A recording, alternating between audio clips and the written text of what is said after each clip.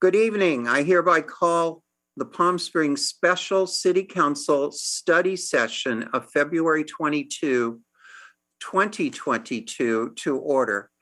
City Clerk, please call the roll.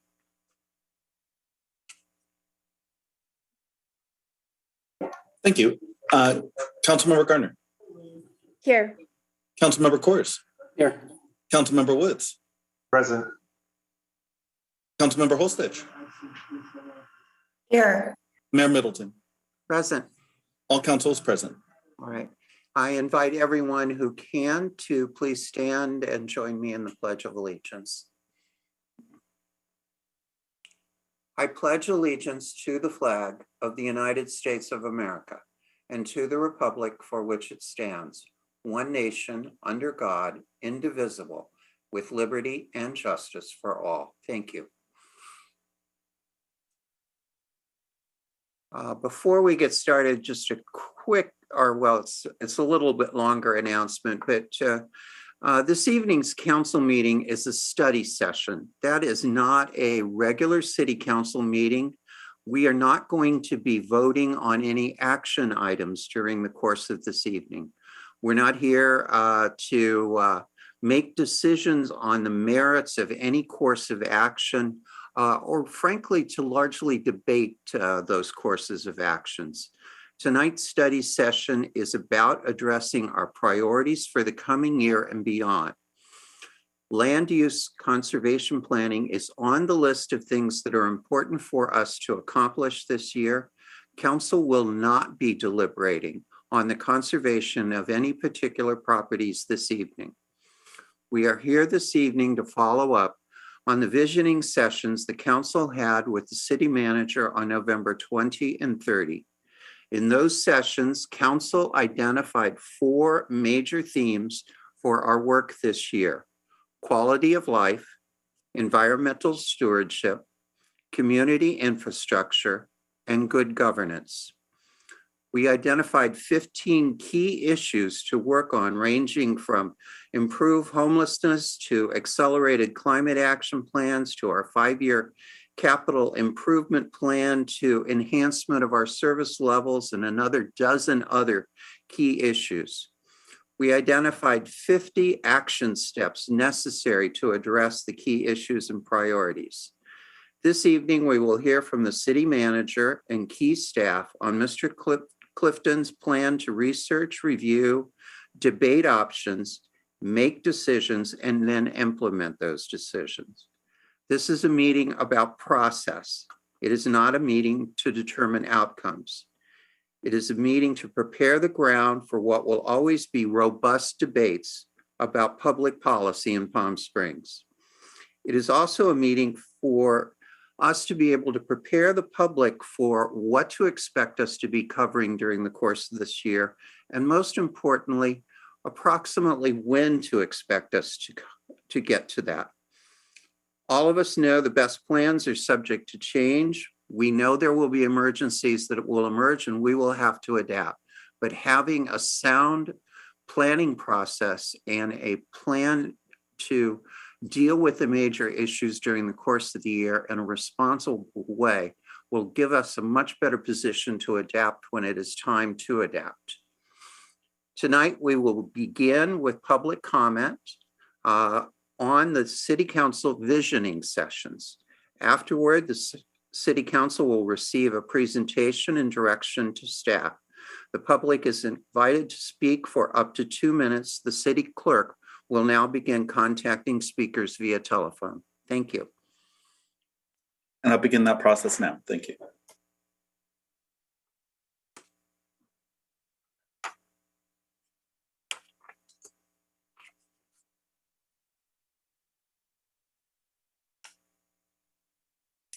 Good evening, council members. David Feltman, you're live with the Palm Springs City Council and you can begin. Good evening, council members. Thank you for your service to our community. I know it's a lot of hard work, especially what you're doing tonight. Since this is about the future of the city and in particular facilities and infrastructure, it'll come as no surprise that I want to speak about pickleball. and urge you to put that into the column of priorities for infrastructure projects for the coming years as soon as reasonably possible. But that's all I want to say about sort of the infrastructure part. What I'd really like to just make sure people on the council understand is that pickleball is actually one of the great diversity and inclusion activities that takes place in Palm Springs today. It was really a shocking and awakening thing for me, new to the scene here, when I began to get to know people at the Palm Springs at Demuth Park. It's been a really exhilarating experience. We have people of every gender identity and of every sexual orientation and national origin and ethnic background. And everybody just comes, they introduce themselves, they get on the court, they have a great time, and everybody who's there is sort of contributing to a real kind of inclusion that, frankly, in the 9 years I've been in Palm Springs, I've rarely seen at any other type of event. Thank you very much, and I hope you have a great evening, a productive session. Good night now. Thank you. Max Durta, you're live with the Palm Springs City Council, and you have 2 minutes to provide your comments. Thank you very much. Hello, everyone. My name is Max Durda. Thank you all. Thank you, everyone, for all the work that you do, and thanks for listening to us. I've fallen in love with Palm Springs because of its beauty. Ever since I used to visit, it was my tourist destination. And as a resident for the last few years, I discovered pickleball here, and I love it. But recently, because of its popularity as well, it's been really difficult to play pickleball, especially now with during the high season, and that we have so many tourists that come to visit our beautiful city and want to play pickleball, and we have to wait 25 minutes in order to play a single 5-minute game. Can be a little bit much. So I'm here to ask the city to consider, please, to add more pickleball courts. Not only just more pickleball courts, but not just for the tourists. It's really special for us residents. We met so many neighbors in those courts. We met so many. We made so many good friends on those courts. So it really is very important to me and to all of us. Having those pickleball courts away from sewage plant as well. The only pickleball courts we have is in Demuth Park, and that's so close to the sewage water plant. And sometimes the smell can be really awful.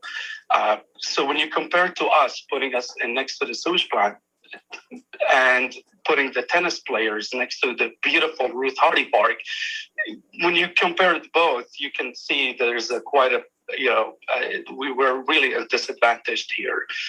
So I'm not only asking for more pickleball courts, I'm also asking for nicer courts, just like all the other cities that are, focusing on this. There was a couple of days ago, there was a beautiful article in New York Times talking about how pickleball is prime. So again, all of that, I'm speaking because the city is very important to me, and especially pickleball. Max, has thank you for your comments. That's really going to conclude your time now. Thank you.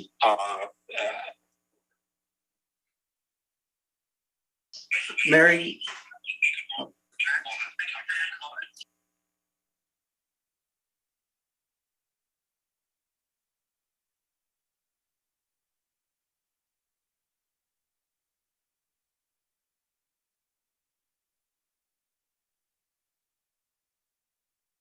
Mary Barsalu, you're live at the Palm Springs City Council, and you have 2 minutes to provide your comments. First, I want to thank David Belma for inviting me to speak. He's really worked hard with Major J and some other things to get more pickleball. I'm a USA pickleball ambassador for Palm Springs and Coachella Valley. I've met with the Parks and Rec Commission many times. I'm a certified instructor for Palm Springs and Palm Desert. I run tournaments. I usually have about 150 people. So I'm pretty involved in the community. I take calls and emails daily as an ambassador from people visiting who want to know where to play, what's the system, are there lights, and where to go. We currently only have 4 public venues in the Coachella Valley: Duluth, Freedom Park, Fritz Burns, and Rancho Mirage. So we do need to just jump on the last speaker. We do need more courts, not just for big tournaments, which would bring the tourists, but for the community that can't afford a private club membership or an HOA. For everybody, for their kids, the senior programs, for their families. Pickleball is exploding. It was a safe outdoor COVID activity. It flourished during the pandemic. Nationals are here in Indian Wells. We just need more courts for everybody throughout the valley. We had the short term, we had tennis at Ruth Hardy and pickleball at Duluth, and that solved that problem for a while. But now we have just a lot more need. We're hoping to expand to Sunrise Park, possibly expand at Duluth with some more courts, or away from the tennis courts at Ruth Hardy on the grass area. There would be an option there. We just really would like to see the city look at this isn't going away. Pickleball is going to stay around for a while, and it meets so many needs for families and for society and for Palm Springs. Thank you. Thank you. T. Santora, you're live with the Palm Springs City Council, and you have 2 minutes to provide your comments. Hello, thank you, council members, for your time, and I want to echo the comments of the other speakers before me, speaking about the need for more pickleball courts. So I won't reiterate what their comments were. I agree with all of them. What I'd like to focus on is a better process for maintaining the facilities that we currently have. We do need more, but there's been an ongoing issue, or I should say disconnect, with the Parks and Recs department and landscaping departments. I guess they're in silos, so that's something you can look at in terms of processes. But I want to just share with you an example. One of the tournaments that Mary put on for us recently, we had, actually, she said over 100 participants, but there were also a lot of people there who were observing.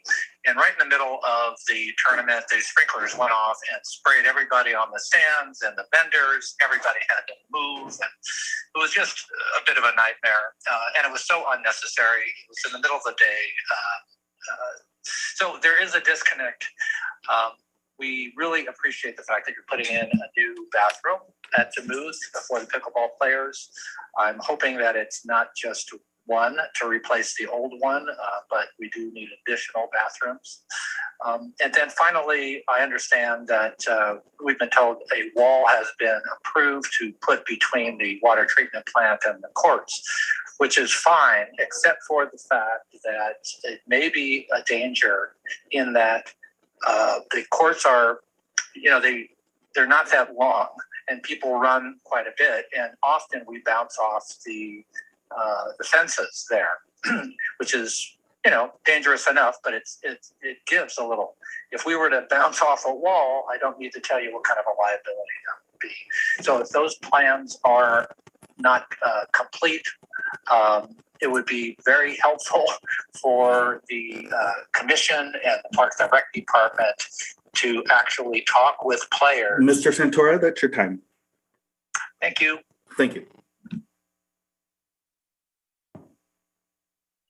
Michael Hirschberg, you're live with the Palm Springs City Council, and you have 2 minutes to provide your comments. Greetings, council persons. As you know, I think you know, I'm a member of the board of directors of the Friends of the Palm Springs Library, but today I come to you as a private citizen representing only my own views. As you know by now, I'm here to advocate for the inclusion of a major library remodel and or expansion in your strategic priorities. Since you are all familiar with the start and stop history of the endeavors to do this, I don't have to reiterate them.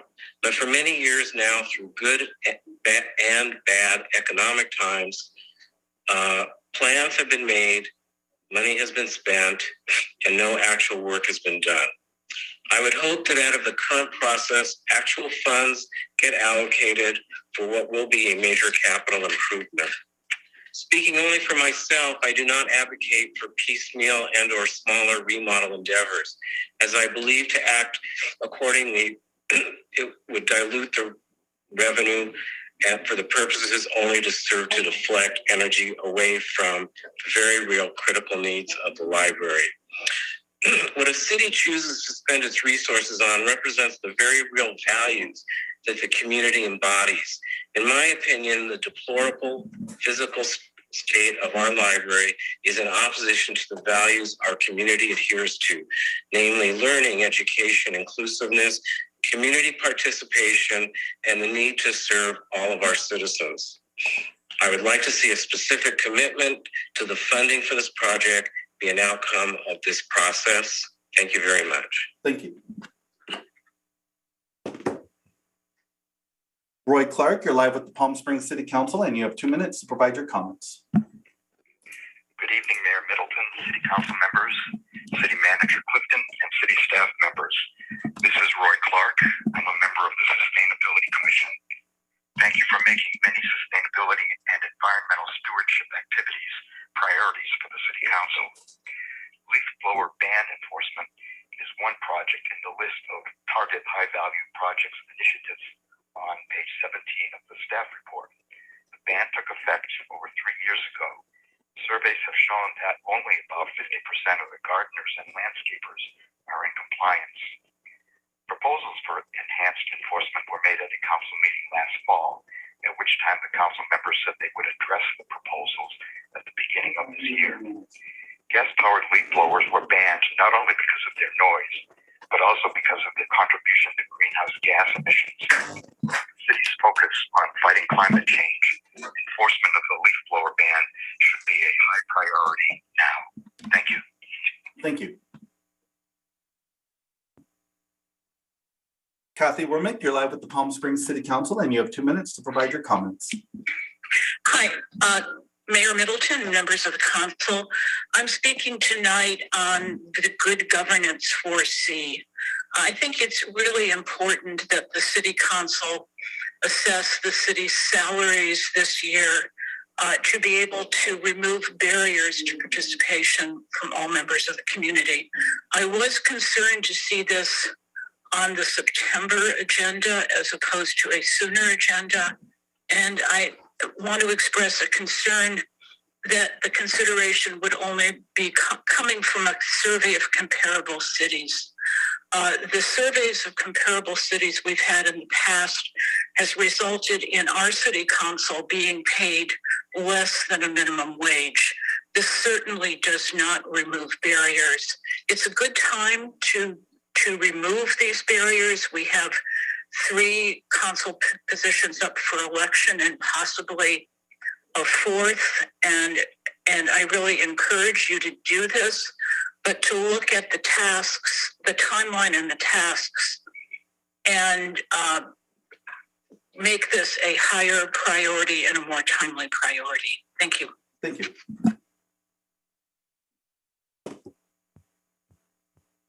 Carl Baker, you're live with the Palm Springs City Council, and you have 2 minutes to provide your comments. Hi, this is Carl Beaker speaking. I'm calling regarding the quality of life project. As a member of the Sustainability Commission, we'd like to reinforce the notion that the non-smoking ban that we've created, a resolution to prohibit smoking in residential areas, be considered as part of the quality of life. And secondly, as an independent citizen, I'd like to also reinforce not pickleball, but say Palm Springs golf. That's all. Thank you all for your service.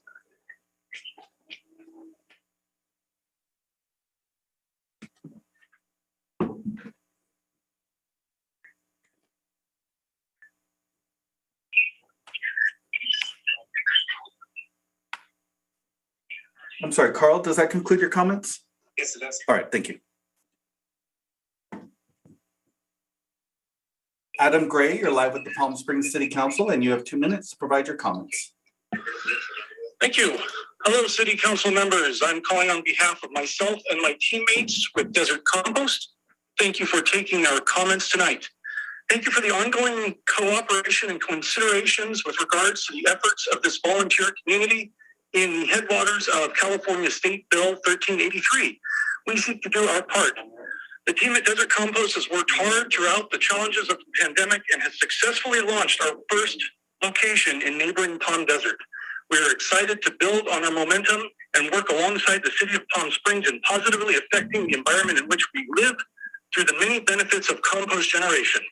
Please come and visit us down at the Certified Farmers Market and have a chat. We'd love to share. Desert Compost is prepared with methods, education, and tools. The results are trackable, the practice is valuable and rewarding, and there is plenty to do. Affecting climate change is a daunting task, but we need to start somewhere. In closing, to quote the late, great Alex Trebek, we're trying to build a gentler, kinder society, and if we all pitch in just a little bit, we're going to get there. Thank you. Thank you. Paul Merritt, you're live with the Palm Springs City Council, and you have 2 minutes to provide your comments. This is Paul Merritt. Paul, hold on.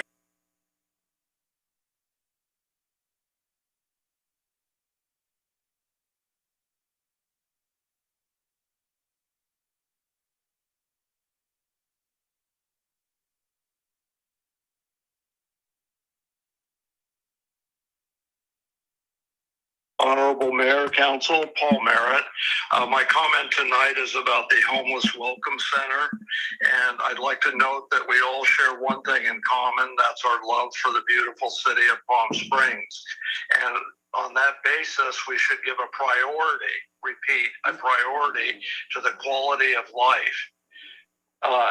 Obviously, it's been instructed that we're not to discuss the removal of the now approved blighted North Palm Springs project from our city.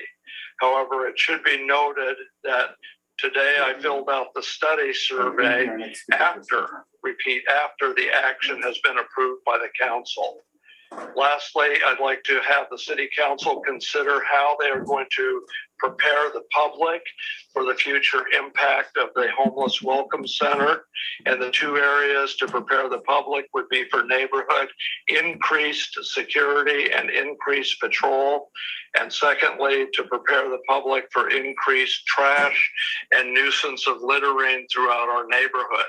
We already experienced this with the homeless in North Palm Springs, and so we hope the city will make priority and quality of life the major issue for the coming year. Thank you. Thank you. Haley Preston, you're live with the Palm Springs City Council, and you have 2 minutes to provide your comments. Thank you. Good evening, Mayor Middleton and members of City Council. My name is Haley Preston, and I'm the Director of Desert Compost. This is not my first time speaking before you, and over the last year, I've been speaking to you on behalf of members of our community, nearly 200 members of our community who have expressed a need for community composting in our area. In regards to the listening session, thank you so much for hosting this, and also for being willing to include community composting in your list of strategies for implementation of SB 1383. We recognize that it's going to take a village, and it is like moving a mountain. And after a year of doing this work together as a community coalition, we've found much success as composters. And what we would like to offer you is another strategy in order to support what you're doing already and to support the programs that you'd like to roll out. Community composting is so easy, and we can get it going in a relatively short amount of time with relatively little infrastructure. Palm Desert is already doing it, and we've supported them in that endeavor, and we'd like to see it happen in Palm Springs. This is my hometown, and I care about it very much, and I would like to be able to support the city in finding some more local strategies to take on this massive challenge that we have in repairing the climate. So thank you for this session, and thank you for listening, and thank you for responding to the needs that have been expressed by our community. Thank you. Madam Mayor, that does conclude public comment. We were able to reach everyone. However, except for Leonardo Gonzalez, we've attempted to reach him multiple times. It's going to voicemail. I'm going to try sending him a message, and if we get him in the next minute or so, I'll let you know. All right. Mr. Mejia, thank you. And to everyone in the public, thank you as well. We really appreciate the comments that we received this evening. So we're going to move into the one agenda item that we have. And most of the conversation will be led by our city manager, Justin Clifton, this evening. I believe most of the conversation is going to concentrate on quality of life issues, not exclusively, but mostly during the evening. As we finish with each one of the sections, improving homelessness, reducing crime, we will take a break to, not a break from the meeting, but take a break from the city manager presenting to give council members an opportunity to ask questions and to comment on each one of those sections. So, and if that doesn't work, we will make adaptations as we need to do so. But with that, Mr. Clifton, take it away. Thank you very much, Mayor, Mayor Pro Tem, and Council. We do have a lot of ground to cover this evening, so we're going to attempt to do two broad things. One is review our priorities from the perspective of work planning and really focus on the look ahead for the next 4 months approximately. And then we'd also like to wrap up, if we can, the conversation that we started on process improvement. So being 6 o'clock, if we were looking to conclude sometime between 8 and 9, we'd probably have about an hour and a half for each of those broad components, just to give some perspective. As we do talk about priorities and work plans that really will focus on the quality of life issues, that's where we have the most substance and the most tasks loaded up in our plan currently. But that said, we still do have a few other sections to cover before we move on to the process improvement section. So it's going to be just a little bit awkward in the Zoom format because it's pretty important to display some of the information on screen so that council members and residents alike can view that material and understand what it is we're talking about. But I know that it's also important for dialogue and discussion that you're able to see each other's faces. So don't be surprised if I share and unshare the screen somewhat frequently to try to balance that. And if I've got the balance wrong and you need the information back up on the screen or need to see each other once again, please just let me know and I'll do my best to be nimble with that. If it's okay with you, I'll go ahead and share my screen and we'll get started.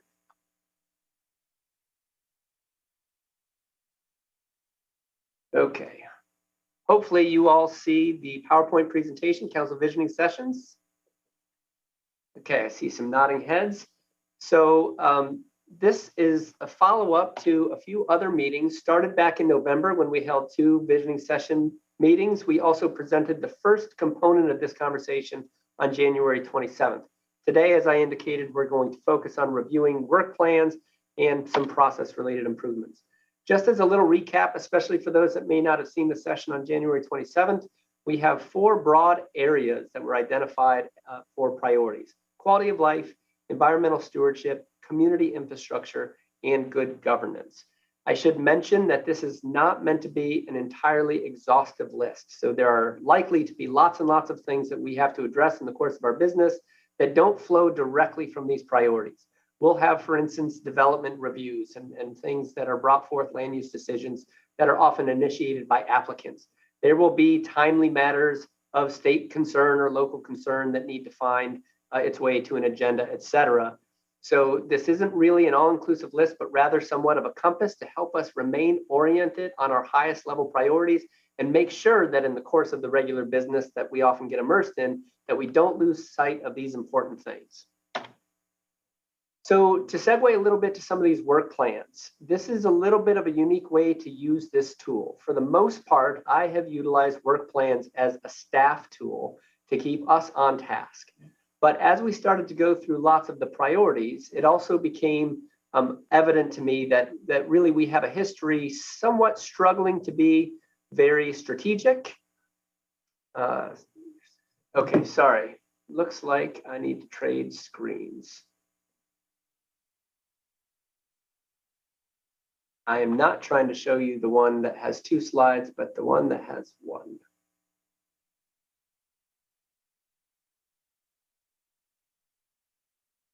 How's that? Better? Okay, thank you for the note, someone. So going backwards just a second, our work plans. we came up with these priority areas, but it's very difficult, even with a strategic framework, to really keep ourselves honest and metered and with the right pace when it comes to these priorities. I think historically, with a little less strategic focus, what has happened is we'll identify a new area of priority, we'll begin work on that area. Sometimes something new will come up, and so a team member might drop whatever he or she is working on to address the new thing. Something new comes up, we drop that item to take on the new one, et cetera, and things are not only very incremental in that process, but we tend to lose sight of a lot of things, and a lot of things slip through the cracks.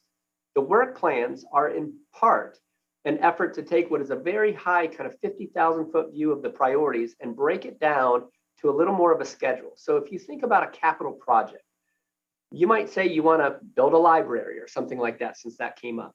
And that's great as an outcome. That's clear. We understand what it means. But without something like a schedule of activities, it becomes really difficult to anticipate how that project is going to proceed, when you're going to pour the concrete, when you're going to do the finish work. So these work plans are our equivalent to that kind of planning, where we start to put things on a schedule so that we can help to identify capacity, pace, timing, so that we can be sure that we're not only on track, but we're not loading up the agenda with too much. This is kind of a tough thing for us to do at this point, because we really don't have a lot of history trying to predict how much we can do and then measuring our performance accordingly. So these are rough estimates. I can already tell you that the plans we have are already very ambitious. And as I mentioned before, this is not exhaustive. There will be other work that we need to do that fits into our regular course of both council activity and staff activity. So, caveat being the broad estimates, we'll do what we can, but this at very least will give us numerous opportunities to evaluate these most important outcomes and areas of work and keep ourselves true to those goals. So I mentioned at the outset that we have 4 broad categories, the first of which is quality of life. So that being the first, these sub-level tasks, this one being improved homelessness, is identified as 1A. So it's the first broad area of improving homelessness as a component of the quality of life section. So I know we're jumping in a little bit to kind of the meat of things, but want to give that reference to the organization.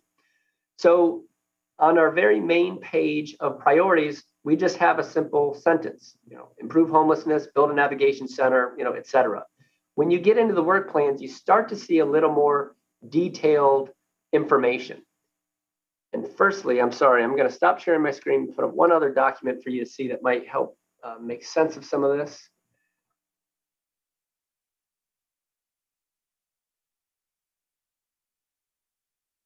We'll do this one first.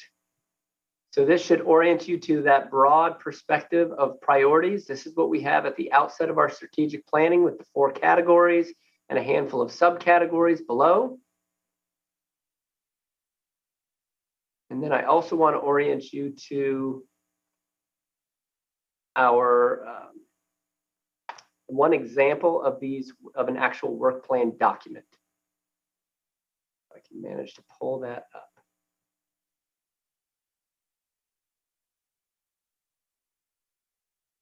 All right, council, just give me 1 second.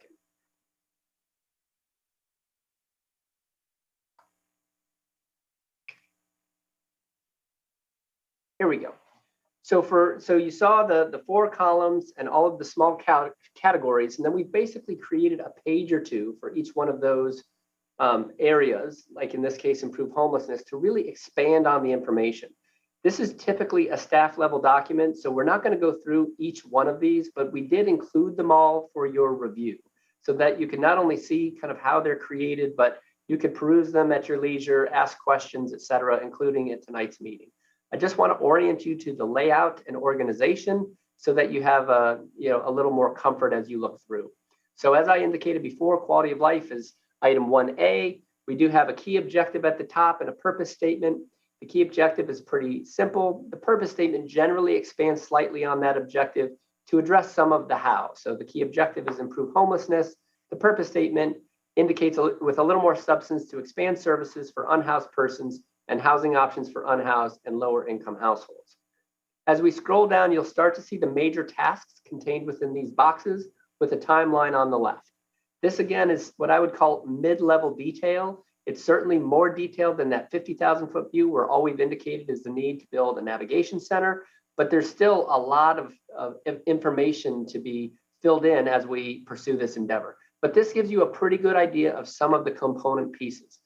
So you can see here that we want to close escrow on property. We want to select the provider. Those are both indicated as completed, but the things looking ahead, finalize project funding, begin some of the community meetings, set up online resources, and send surveys, contract with an architect, bid the projects and select a contractor, complete a gap analysis and needs assessment. You see some dates to the right of all of those sentences. Those are meant to really capture from a broad perspective our timeline. This is meant to be a living document, which means we update this as we go. That's one of the reasons that it doesn't right now extend all the way to completion of the project. And so we will kind of delete things that are completed and add new tasks as we go. At the bottom of a lot of these sections, you'll see some of these headings in color. That's just to give us other information to help us, mostly at the staff level, be organized in terms of what pursuing this any given endeavor is going to look like. So public involvement, we're classifying that or characterizing as extensive and giving a few notes to indicate what that means, that we'll have community outreach meetings, individual stakeholder meetings, probably the formation of a work group. We'll have some advisory participation from that work group, a more formal activity. Budget and staffing requests are sometimes more relevant in some priority areas and not others. And then council participation, likely 4 to 5 meetings. Again, very high level estimate of what we'll need, and it's done in kind of an iterative way, but helps us put some scale and timing to some of these tasks. As you look through the rest of this particular example, you'll see coordinate service providers with, again, a little bit of detail, expand homelessness response team as a little bit of detail. So that's what the layout of these documents look like, but it would just be too much tonight to go through each and every one. So instead, what we've done, and I'll go back to the PowerPoint, is we've organized, everybody seeing that screen? Sorry.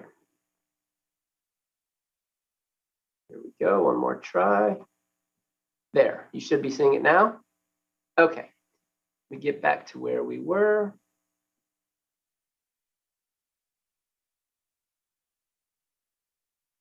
So what we've done is we've pulled out the tasks that we think will occur in the next 4 months. The reason to do that is to kind of help us understand what's realistic and to get organized in pursuit of those higher level priorities. So the kind of direction we're looking for tonight is whether or not we have the right tasks. Some of them we think really need to occur in sequence. Some of them can occur on parallel tracks. We're not only trying to balance the tasks within a given area, like improve homelessness, but between the priorities, including not just the quality of life, but the ones that we have in the area of environmental stewardship or community infrastructure or good governance.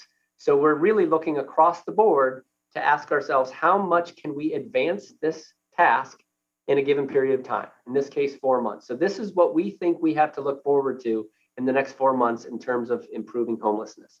It's really focused on 3 things: the pursuit of the navigation center, continuing our coordination of service providers, and expanding the homeless response team.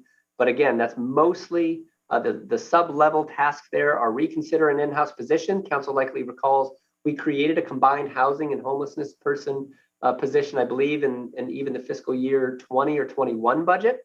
We want to reconsider what that position may look like because we did struggle to fill it as kind of a combined position. And given the prominence of both homelessness and housing on our priorities list, we may need to have those as separate positions. So we think this will be 1 or 2 council meetings, potentially to update council and make certain strategic decisions on the navigation center, or certainly some of the budget meetings where we will consider new requests for programs or these in-house positions. So it's not a tremendous amount of progress in the context of trying to complete the center, but it is good progress over the next few months, especially as you consider all of the other major priority areas where we will be trying to advance the ball, so to speak. So if this is a good opportunity, I know I've said a lot and fumbled a little bit through some of the displays. Why don't I stop sharing the screen and get some feedback from council on whether or not we're on the right track, coordinating the tasks for this first priority. All right. So is there a council member who wants to start with questions and or comments? And if it's not exactly clear how this whole thing flows together, we can start there and I can try to help clarify. Council member Course. Just had a question. So since there's a lot here and a lot more, obviously from the staff report and presentation. So are we just sort of, you want to sort of talk about using the example of Homelessness Navigation Center and how that is laid out? Yeah, so more or less, we've taken that large scale priority, improve homelessness. We've broken it down to a work plan, and then we've broken the work plan down to the next 4 months of activity. So this one might be a little bit benign because I think we've done a lot of work already to identify what we should be doing with homelessness, and it's largely focused on the navigation center. But if council thought that we should be doing other things in the next few months to advance that priority, this would be the time to introduce those things and have that conversation. If alternatively you think those are good tasks to pursue that priority and things are relatively well organized as they are, we can just move on. Got it. Thank you.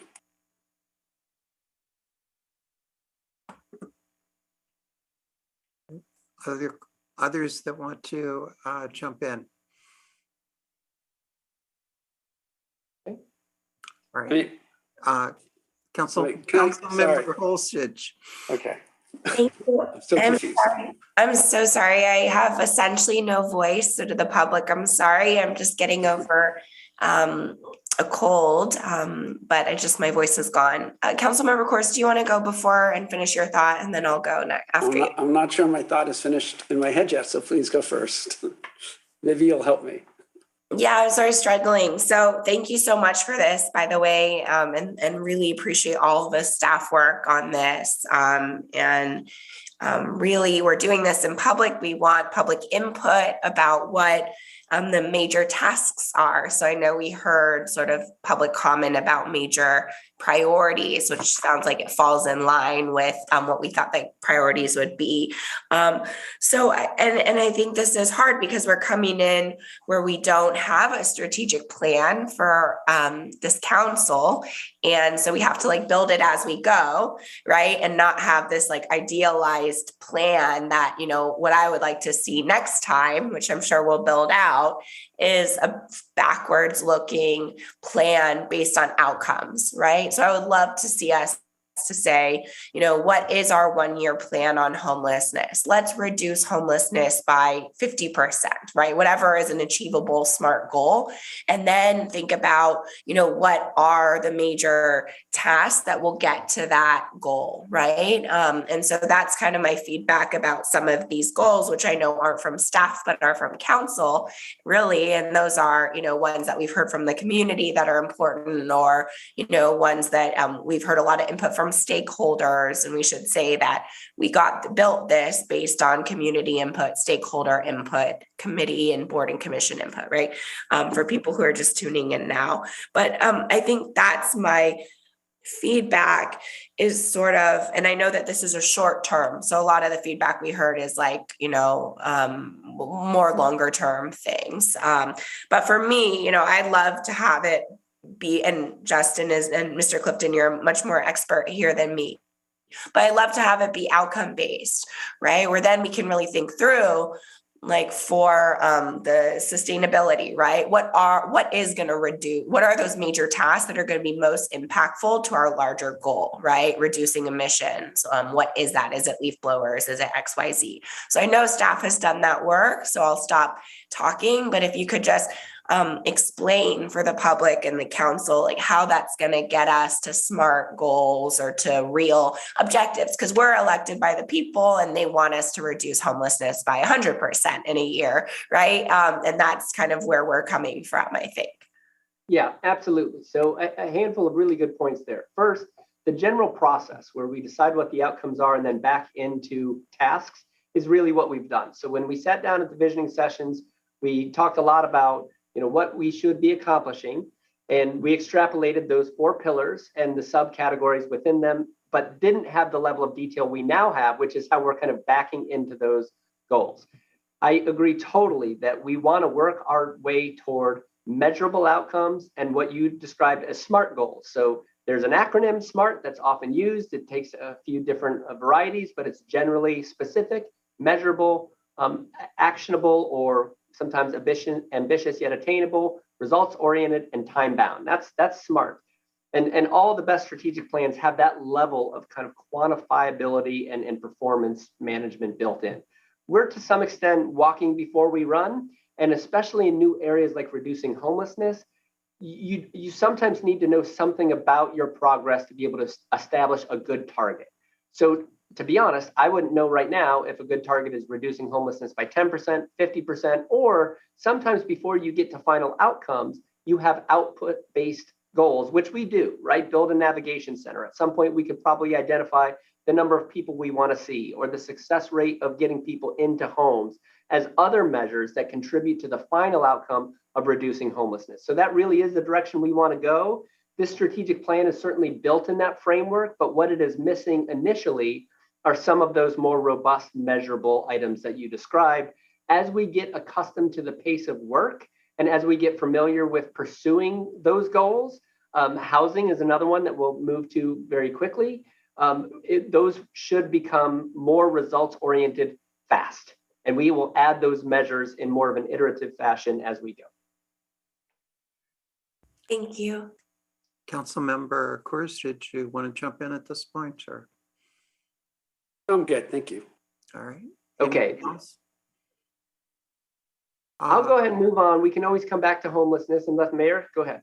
Yeah, I had a couple. I was just waiting. I think the plan is very strong, and I applaud it. But much of it is dependent on work that will start to bear fruit after the navigation center is up and running, and we are able to take and have some much more stringent enforcement of some of our rules. But over the course of this year, I think we still need to be looking at plans that allow us to address some of the most problematic locations that we have, places where individuals have essentially commandeered bus shelters and turned them into places that no one else other than they can go to.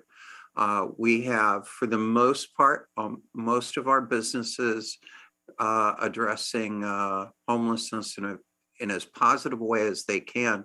But we do have some businesses that are turning that are not following up and have allowed their buildings to deteriorate tremendously and allow people to sleep and do drugs and other kinds of activities on their premises. And I think part of what we need to be doing as we move forward is some short-term goals to address some of the most problematic behaviors that we see in the community. Thank you, Mayor. In our general work plans, we do have some tasks geared toward that kind of activity, specifically convening some working groups of merchants and other stakeholders to share notes. This is somewhat consistent with the task of coordinating our service providers, where we attempt to share best practices and do some of those things. So some of that is built in, although probably not as prominently initially as some of our other tasks associated with the navigation center, because we are attempting to do that very, very quickly. And that just requires quite a lot of resource allocation. Okay, thank you. Anyone, Council Member or Mayor Pro Tem Garner, excuse me. Thank you.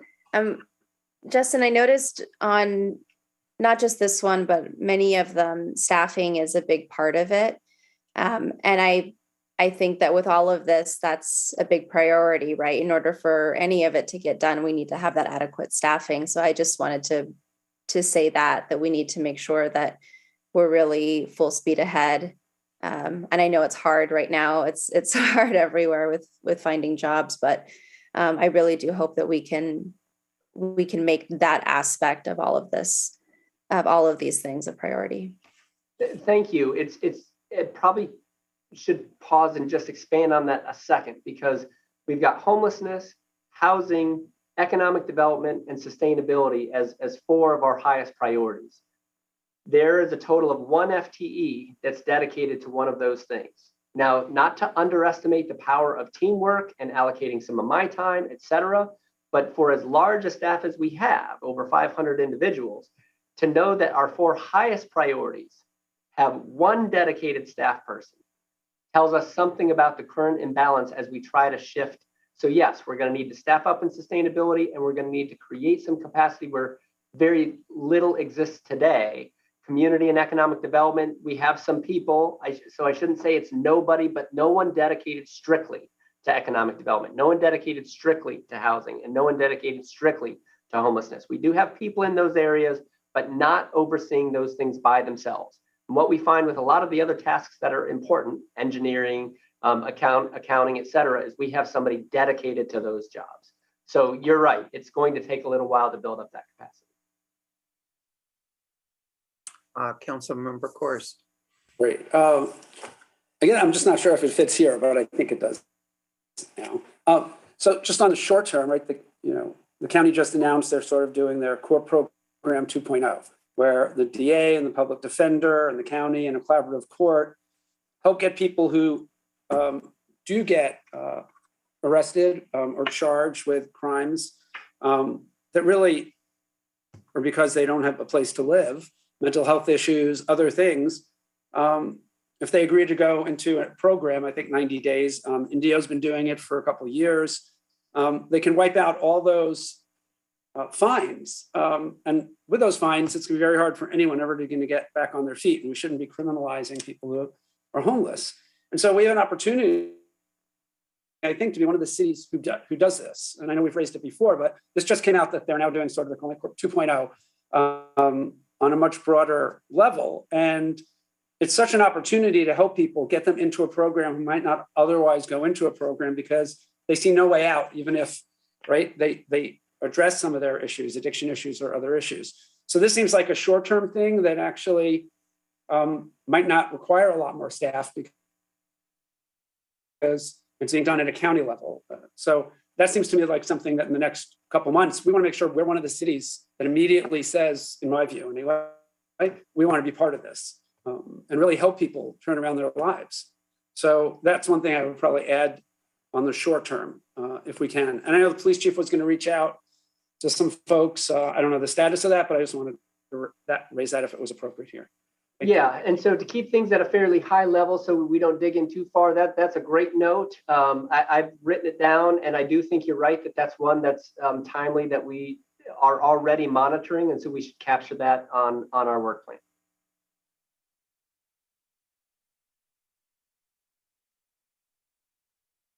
Okay. Excuse me, Councilmember Holstich. Thank you. I saw Councilmember Woods too, but I'll just go. So thank you. I think that's really helpful. And I think there's going to be this tension between process because we have to build process and systems and staffing, right? But staffing alone doesn't get us there. It's staffing and outcomes. And so, I'm always going to probably push back a little bit on staffing because the public pushes back on us and they just want outcomes and they hold us accountable. So I think that's a really good point for the core program is something we've been talking about. One other one I should say is the chair of CVAG's, Coachella Valley Association of Governments Homelessness Committee. If you ask us what we could do to impact homelessness right away, it would probably be to add more units to the availability for our Housing First program. And so that's sort of my comment when, one of the major tasks of staff is coordinate service providers. And I know that was a gap that didn't exist before really at this level. It's been tried before.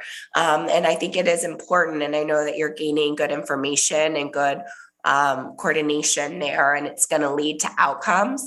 But I would like to see it be more outcome based, right? With coordinate service providers to implement the core program in Palm Springs or to get more units online for the Housing First or whatever that group determines, right, our best outcomes. And I know you're going to do that, but I just wanted to flag that I think, we have in this, I know it's a short-term plan, but we really have to plant the seeds for the future. If we want pallet homes in Palm Springs, that needs to be like somewhere on this list or a longer term goal, right? If we want to put out more city land, like I keep asking about the LCLO property near the boxing club, which I think would be really great for a project, we need to kind of start some of those things in motion. And I think that's the analysis that we're asking of staff is it more useful for your time to coordinate service providers, or is it more useful to, find 5 more units or implement the core program or, XYZ, we have so many things to choose from.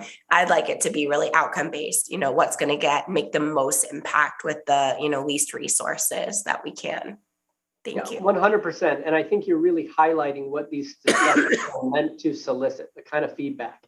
So a couple things quickly. One is we are trying to do a lot. I certainly understand that the expectation of the residents are high and it's our job to serve. But just to put it in framing, since we're doing this one at a time, we're going to try to make progress, meaningful progress, in 4 months on homelessness, reducing crime, expanding affordable housing, lobbying College of the Desert, possibly reviewing short-term rentals, reparations, implementing 1383, numerous updates to our general plan, while we're also trying to revise and expand basic services, approve a budget, and fill one of our 5 vacant director positions. That is an astronomical amount of work in a community this size. Like, no one in their right mind is trying to do that much at once. We will not do all of that at once. I think we could get done 75% of what we've listed in this 4-month outlook of these tasks. But it really can't all be done. So it is exactly deciding what is more important and what is less. We will try to get to it all eventually.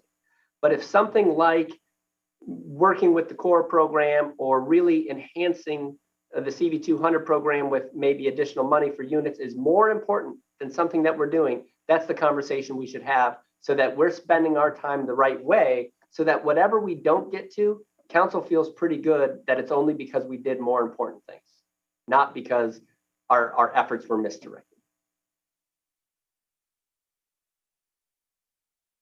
I saw Councilmember Wood's hand go up. Thank you. Thank you, Justin, very much. And to my fellow council members, I think this is really important to do because, as we saw with COVID, we were overwhelmed and we're reacting. And this hopefully will be a more proactive approach. Regards to the homeless, the affordable housing, I agree with all of that. The question I had was not really a question. My point or a comment would be the navigation center. We're on our road. It's going to take a lot of work. Staffing up for that, I think, or making sure we bring in consultants or whatever we need to do is important. But that is, I think that process, if I understand it correctly, is going to be 2 years. And I just want to make sure that we don't that we fill in the next 2 years and have some services and work with the county and Martha's through our current boxing club to make sure that we do still provide some services for the homeless. And we have an opportunity to not have so much congregation of the homeless. I think somebody mentioned earlier, bus stops and whatnot. And we have a proactive approach to that even in the next year as we're waiting for the navigation center to be built out. Yeah, so our timeline is ambitious. We're trying to even go faster than 2 years. And you're right, the things we're doing don't stop in the meantime, although it's worth noting that we do get calls frequently to move an encampment. We're all familiar that we can't prohibit camping. So really what we're doing before we get a navigation center built is moving people around the town into new areas to get new complaints, to remove the encampment, to move them on. To some extent, maybe less so, same thing with bus shelters. While somebody doesn't have storage for their materials, they're carrying everything they own with them, and often finding shade in places like bus stations. So yes, we will continue to administer the programs that are already started and continue to look for opportunities to enhance service levels. But significant effort will go into trying to get the navigation center open soon, because that really is the game changer. Probably we have status quo until then, more or less, at least status quo from the last few months, which is a successful access center with very few, if any, secondary impacts, but otherwise not a lot of additional facilities or resources. All right. Okay, if it's okay, should we move on to housing? Great.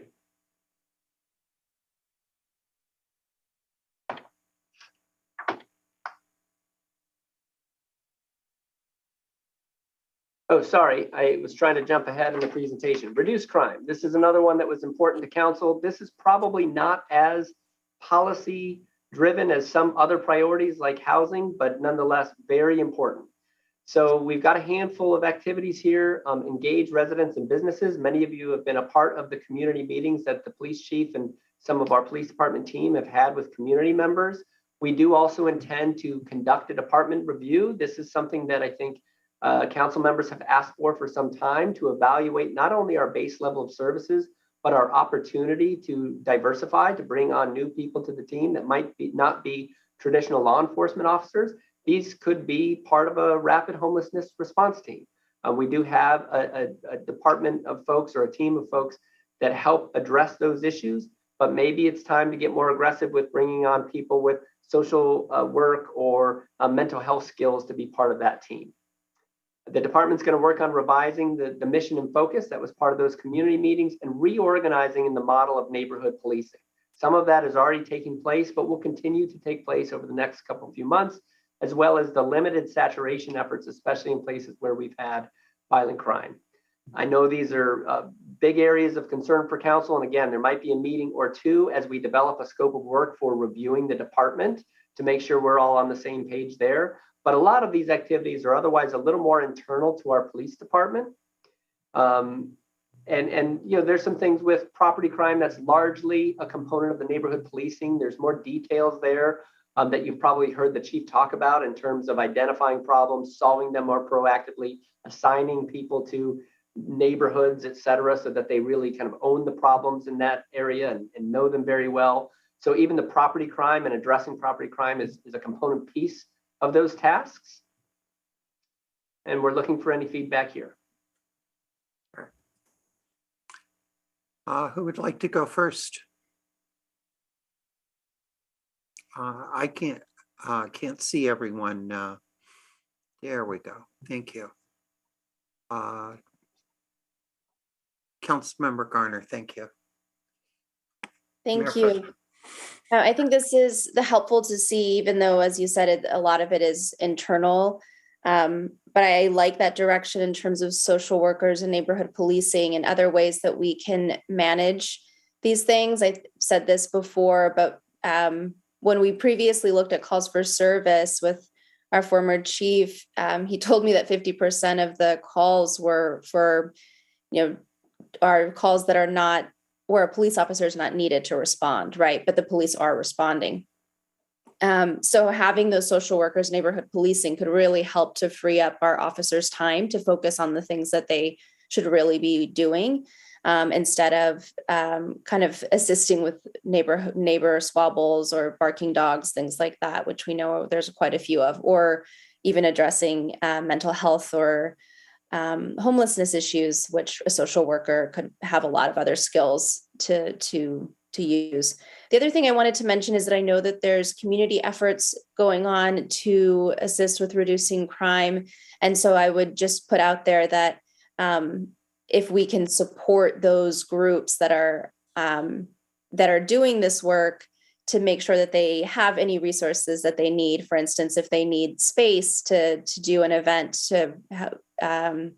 or if they maybe need financing occasionally, that we would be able to support that, especially because it would largely be something that another group would be doing and not taking away from staff resources.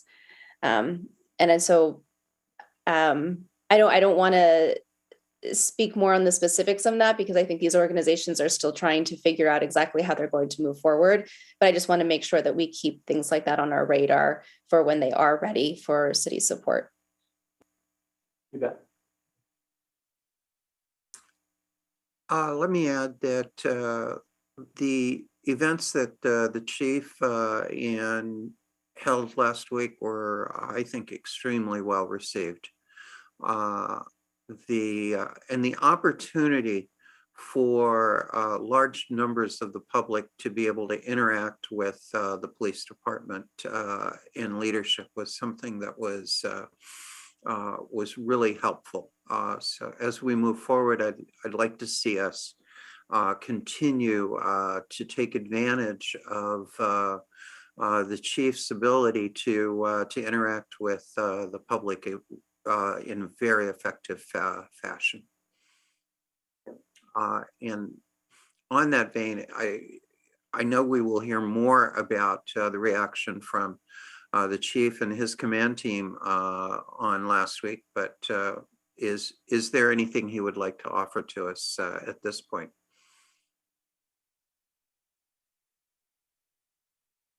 He is available, so he's welcome to chime in. I see him now. Hi, Chief. Good evening, Mayor and council members, and thank you for letting me pipe in for a couple seconds here. I know we want to keep this at a pretty high level, so we'll make it very short.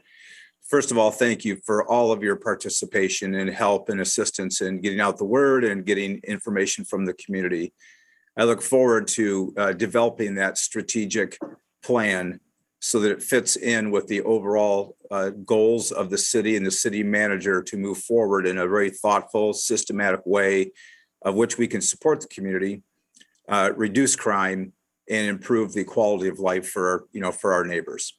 So thank you again for your involvement. It was very robust. We've already got the data crunched, and we'll be putting that out here in the near future. Any other members of council wanting to jump in? I think Councilmember Coors beat you this time, so. No, that was just a thumbs up. I thought those were really good. I really appreciate the effort on those meetings to get the data, to get the staffing analysis, and that's all going to be really helpful for council and for the public. So it was a thumbs up, not a request, but since you. Very good. Councilmember Holstich.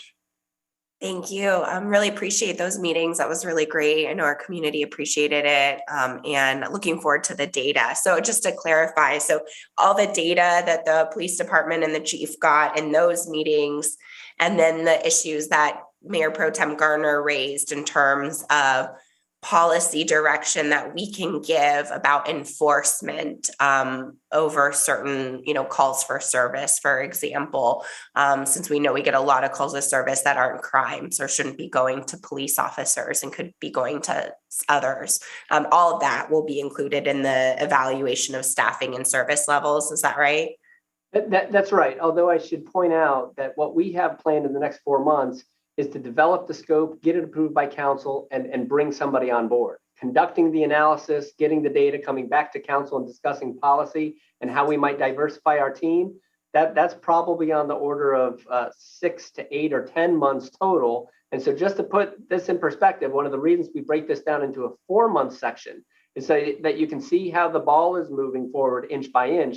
But really, some of these things do take a little while to and all the efforts even to put into those community meetings, right? Substantial number of hours before the rollout so that it goes smoothly. It's all kind of part of a continuum of process. Chief, anything to add? You're on mute, Chief. Yeah, thank you. No, Justin, I think that was very right on target, that this will take a little bit of time to put together and to roll out. It is an enormous effort for people that are already carrying a pretty heavy load. Just one caution on the number of calls for service that could be offloaded. Recent studies have shown that it's actually in the neighborhood of maybe 5 to 7%. I'll try to find that research and send it to you so that you can take a look at it. I think at certain times of the day, for short periods of time, it might be a lot higher, but overall, not that much can be offloaded from a sworn position, but we'll let the analysis dictate that, not my opinion. Yeah, it would be good to have that data just for Palm Springs, since we have code compliance within the police department and we're getting the vacation rental hotline calls. And so the information and data that we got from vacation rental compliance was that a significant a number of calls were about noise, and often things like kids playing in a pool, which isn't illegal and is loud, unless it, violates its longstanding and over the decibel limit. So I just want to think, our job is to, I think city councils, the benefit is that we're so high level, right? That we can then provide this direction that, we don't want you to waste your time on XYZ because you're so bogged down in these important tasks. And that's just the point I want to make, is if there's an opportunity earlier, to say, Chief, we think, we don't want you to have to waste your time on this. And we can make a policy decision not to enforce something or to reallocate resources. We want to do that and not have to wait for a long-term study, especially if you're saying this is additional impact to your department. Thank you. Thank you, Chief.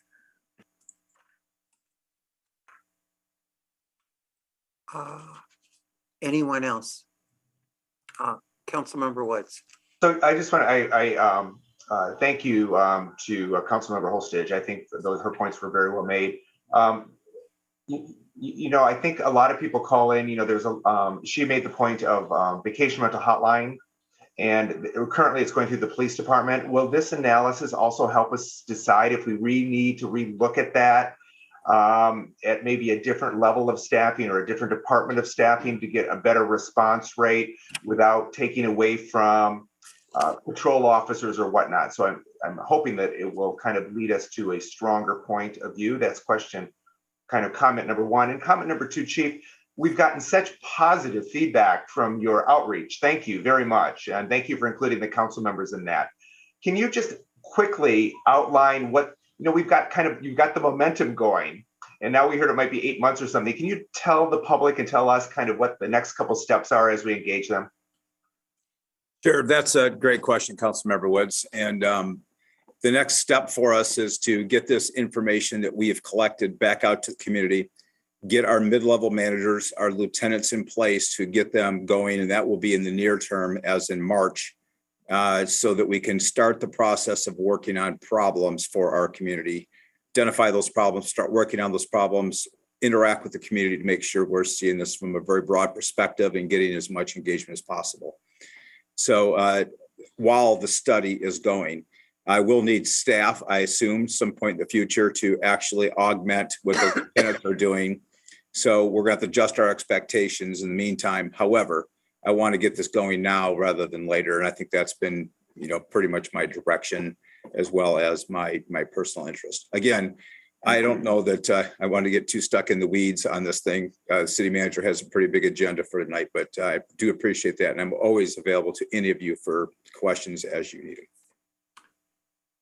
If I could just add, I really appreciate the approach to reviewing data and examining data before we come to conclusions as to what's the most appropriate direction to take. Thank you, Mayor.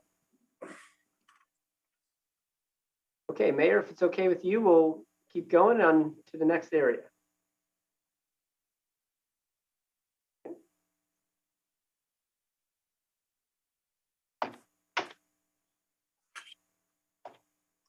Okay, expanding housing affordability. I know this is another important area. Keep in mind, again, what we're doing right now is looking at a subset of the next handful of months. So we want to move the ball forward, but we're not going to make tremendous progress over that short amount of time. To think about it a different way, think about what we've done in the last 4 months. Here we are in February. What were we doing in November? What did we accomplish between November and February? That time flies, right? It really does.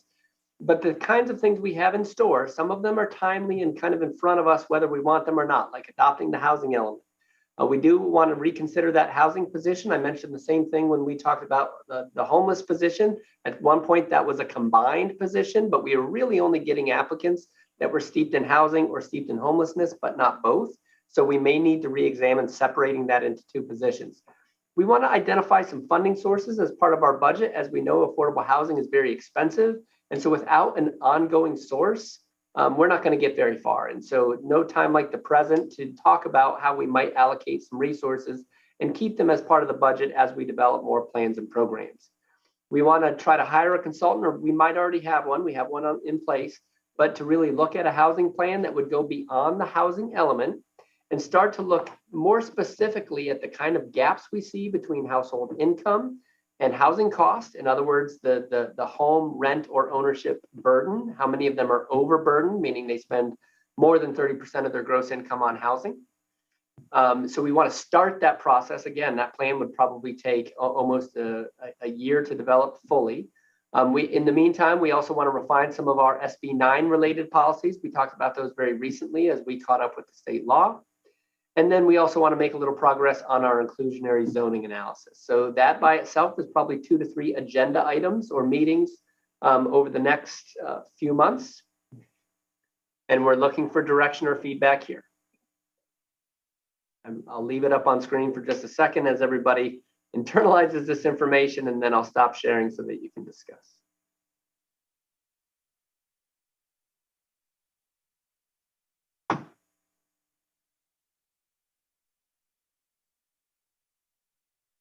Who would like to go first on this one?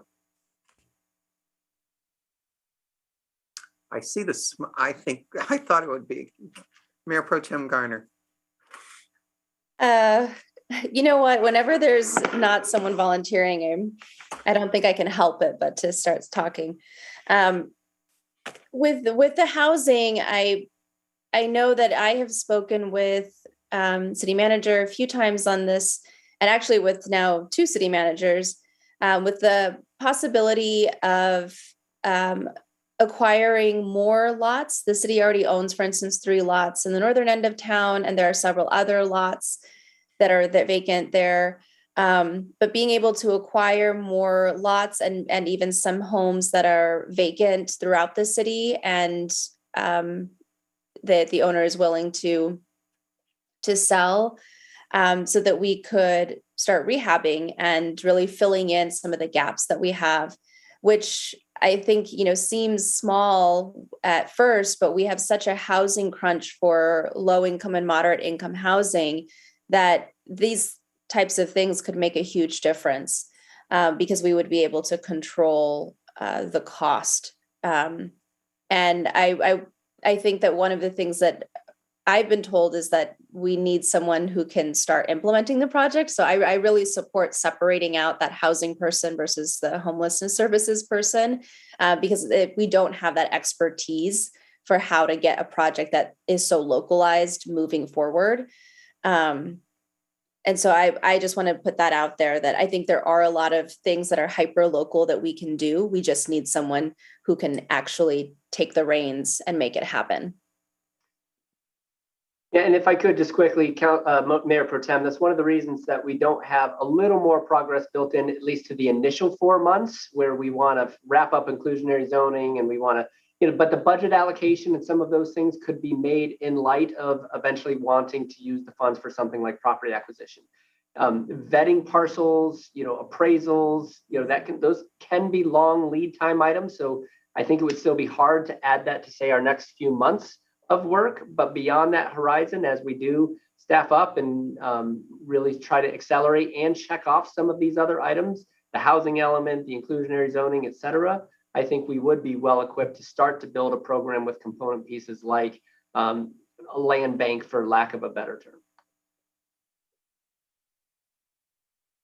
Councilmember Kolstich. Thank you. I appreciate it. So I think that's a really good point that Mayor Pro Tem Gardner made, and sort of that's been the frustration, I think, from our residents, as they say, well, we've been asking you for this in-house infill development, in North Highlands, for example. Excuse me. Sorry, my best friend is from North Highlands in Sacramento, in Desert Highlands here. And, it's hard without the staff. So I'm really glad that we're making these investments in staffing in order to really execute. One thing I just wanted to flag that will likely come up in the next few months, as chair of the CVAG Homelessness Committee, is that Lift to Rise is working on an investment fund. The county just allocated $2 million to that investment fund, and it might be a way for cities to leverage money to fund deals. So I think that's already listed out here in building housing programs and exploring, alternative funding sources. But I'd love for that to be included on the list, because that will fill the gap from traditional funding to make projects successful. And then it's not specifically listed, but finding state funding is just going to be so key here. And I know we've worked to try to hire staff to be able to pursue grant opportunities and state funding. But I think that is really crucial, since we need, tens of millions of dollars or more. And then one thing that I'm so sorry, I have to watch Justin's face as you're asking us to limit and reduce, and then I'm just going to raise things because the public asked me to raise things, is maintaining our current affordable housing stock. I think Councilmember Kors and I, and before that, Mayor Middleton and I have been on this affordable housing committee for 4 or 5 years, and we've been asking, which units are coming offline, what are we going to lose, how many families might be losing the 30-year covenants for these units. I think that's important, at least to consider, to start to track or have some sort of system, but really support the major tasks that you've listed out here, and I think they're really important. Thank you. And we do have some notes about examining our existing covenants and deed restrictions and things like that. They're just beyond the kind of 4-month horizon, because again, that time period is pretty small. Perhaps we should have picked a longer time horizon, but we're trying to get an initial gauge of how much we can do, how fast. And with especially the housing element and some of those things right in front of us, and the limited staff, it's difficult to add without taking something away. Councilmember Kors. Yeah, just one additional comment. I know we have under neighborhood issues, short-term vacation rentals.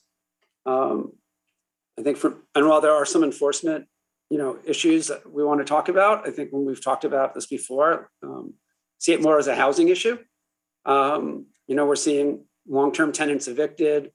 As prices continue to go up, we're seeing more and more housing that was once considered affordable being having people evicted for vacation rentals. And even if houses that aren't affordable, as we know, we've heard arguments, but as those turn into non-full-time residents, it just puts more pressure on the rest of the market. So I just want to mention that in the housing context, because I think that is an issue. As we see other cities banning them, more people are going to start coming here. And so what that looks like, how many is appropriate. I know there's a data, we need some more data on that. And I know we've discussed a study session on that, but I just want to raise that I think that's really fits in the housing discussion as much, if not more, than neighborhood issues. Thank you. If I could add to this just a couple of comments.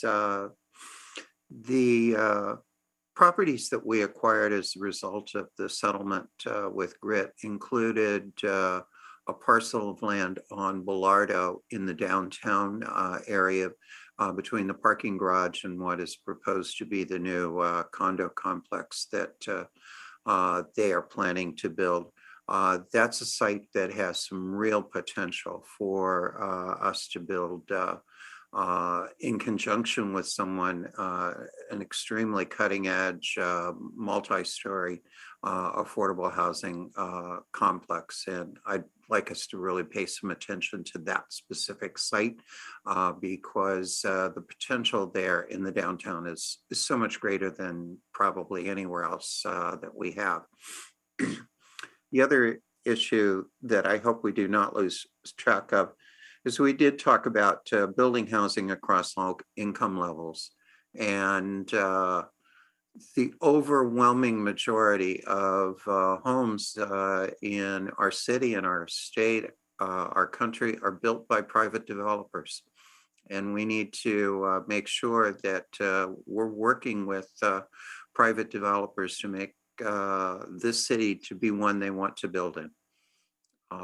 We will never get through this by affordable housing alone. And somewhere we need to put in very large letters something that Justin said right at the very beginning. Affordable housing is very expensive. And it's important, but it is incredibly expensive to build an affordable housing unit.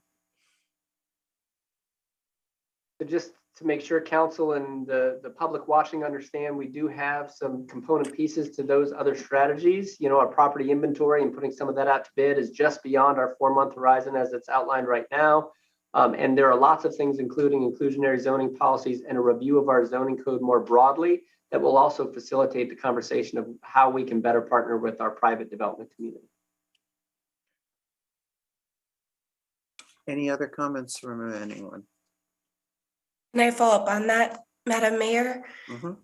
I'm sorry, you thought I wouldn't talk with my voice, with no voice, but I can still manage it, Mayor. Don't worry. I think that's such a good point. So can you give us an update about the zoning code? I know it's in here, but for example, people contact me about there's open land available on Ramon, and people ask me about it, but it's only zoned as office. And so it cannot be mixed use. So that's just going to sit there until we can rezone it, right? And it won't be used for housing, even though it could have been used for housing years ago. It could be mixed use. So can you tell the public a bit about that timeline? Sure. So what we have contemplated in our work plan, and our deputy city manager, Flynn Fagg, is on and can expand a little bit, but ultimately we'd like to get started on that process from a budget allocation and procuring services within this next year. But that's probably realistically to redo a zoning code the size of ours. I'm guessing somewhere close to a 24-month process. So that doesn't prohibit us from doing a one-off here or there, but really to look at the whole thing in comprehensive fashion and make sure all of these standards work together for mixed use, and what we do with lot lines, what we do with setbacks, what we do with height, all really have to kind of blend nicely to make it happen. So it's 30 years old, so it's been a long time in the making that it has the clunkiness that you've observed. It'll likely take us in the next 2.5 years at least to truly fix that, and a lot of public participation. That's an arduous process because it's a behemoth book of standards. Flynn? I was just going to say, in addition to what Mr. Clifton has indicated relative to changes to our zoning code, we do have a review of the city's land use element coming up as a discussion before City Council within the next couple of months. There are some things that we can look at in terms of changes to land use, as you had indicated, converting something from a commercial use to a mixed use, which allows either commercial or residential, that we could do as part of the update to the general plan. So we do have something rather immediate in addition to the longer range item of amending our zoning code and getting it updated. Thank you, Director.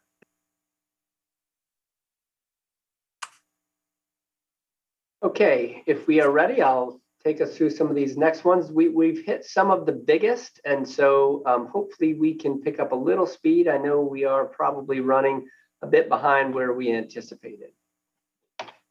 So economic development, this is one we talked a lot about at the visioning sessions, and really acknowledged that there were really two broad priorities that we could tackle within this planning horizon. We'd like to do more, but the focus on housing and homelessness and other priorities really limits our ability to address economic development. So the two things we identified were really relative to the COD campus. I apologize about the typo there on the slide.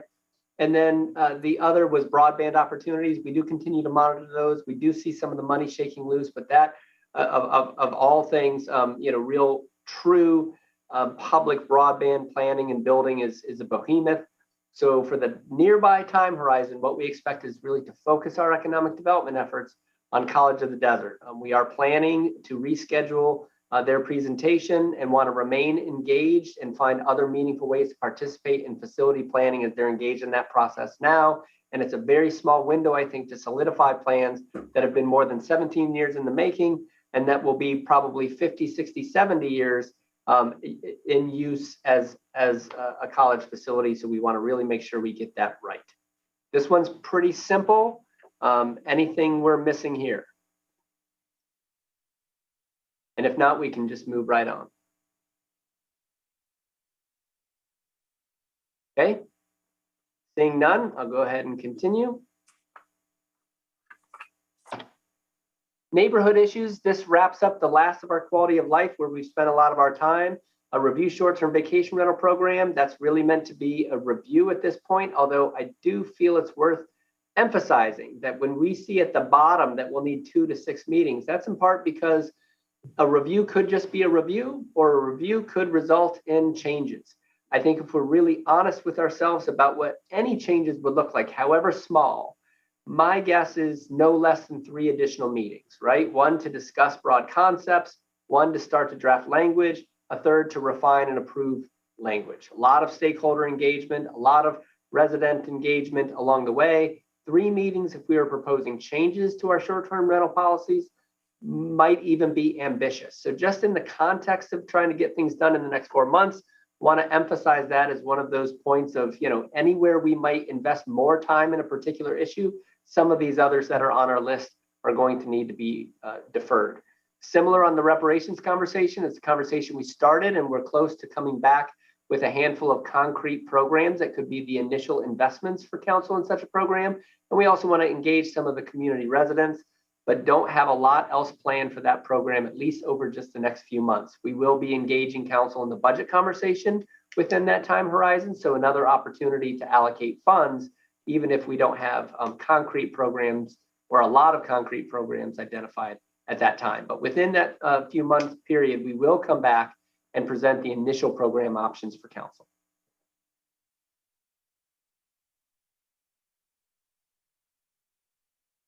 Is there anyone who wants to go first? Let me offer a couple of comments on the short-term vacation rental.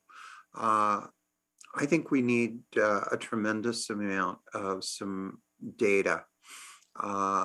So frequently, when this subject comes up, it is dominated by anecdotes and ones that support a position that individuals have already arrived at.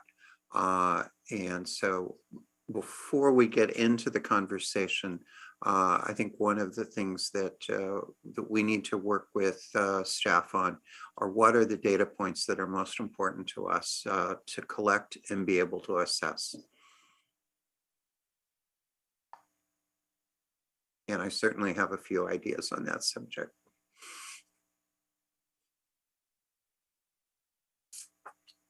Others that want to jump in?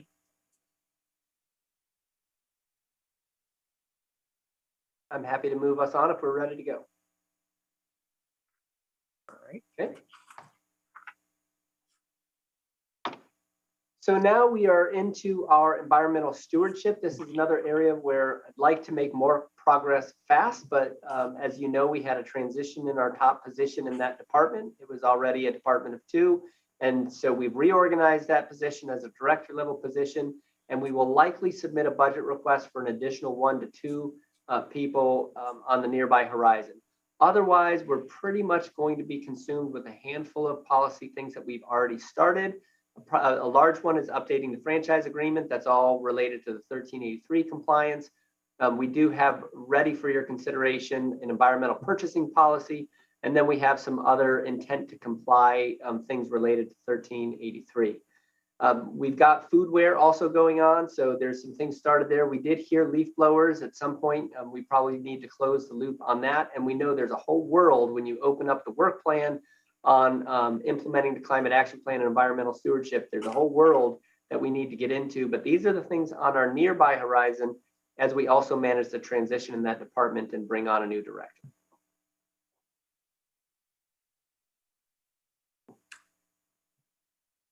Councilmember Coors, and then I think I saw Mayor Pro Tem Garner. Great, and obviously so much on all these things sort of fits in with staffing.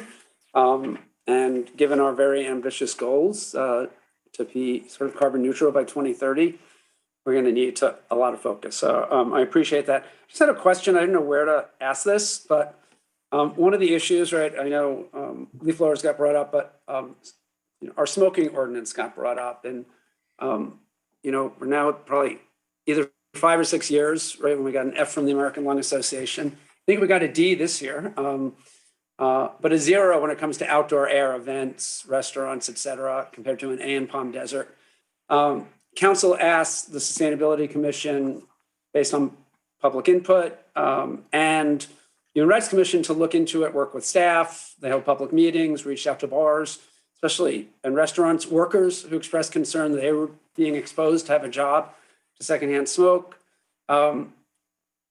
And, they're still sort of asking for it. So the question I sort of had is, it's great we're going through this list, but one of the things I thought we were going to have was the things that are probably that might be deferred that have been on the list, and there are many, right, because the next 12 months, we can't do everything. We all get that. But I think we need to have that list for the public so they could weigh in, right? The public may say, I'd much rather you focus on, smoking. I'm just using it as an example, instead of focusing on green purchasing policies, right, which are on the list.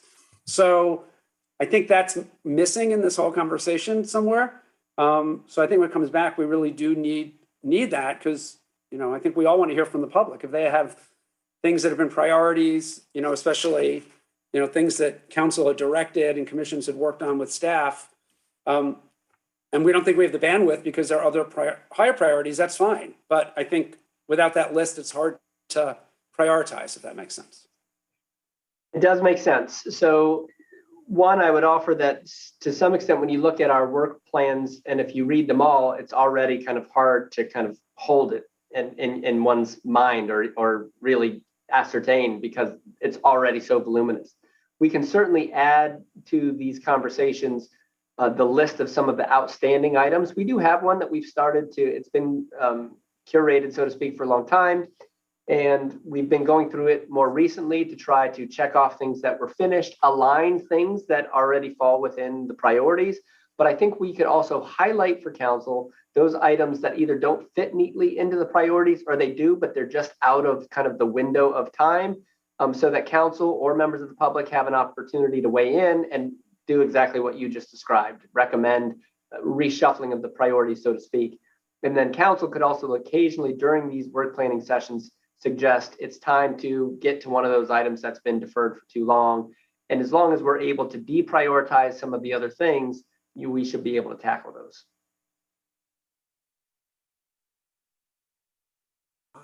Did I see another hand go up? Let me jump in if nobody else will. Palm Springs has some really unique characteristics when it comes to climate issues that I think we need to take advantage of and try to build on.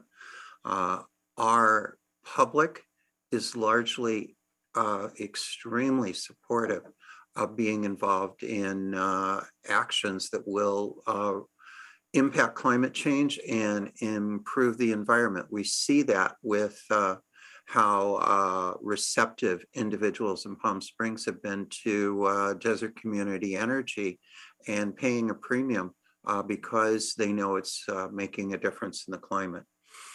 So I'd like to see us build on that and do so with some data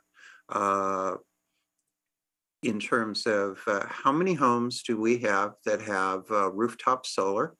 How does that compare on a per capita basis to other cities in California? And how much more can we build in terms of rooftop solar? A straightforward metric.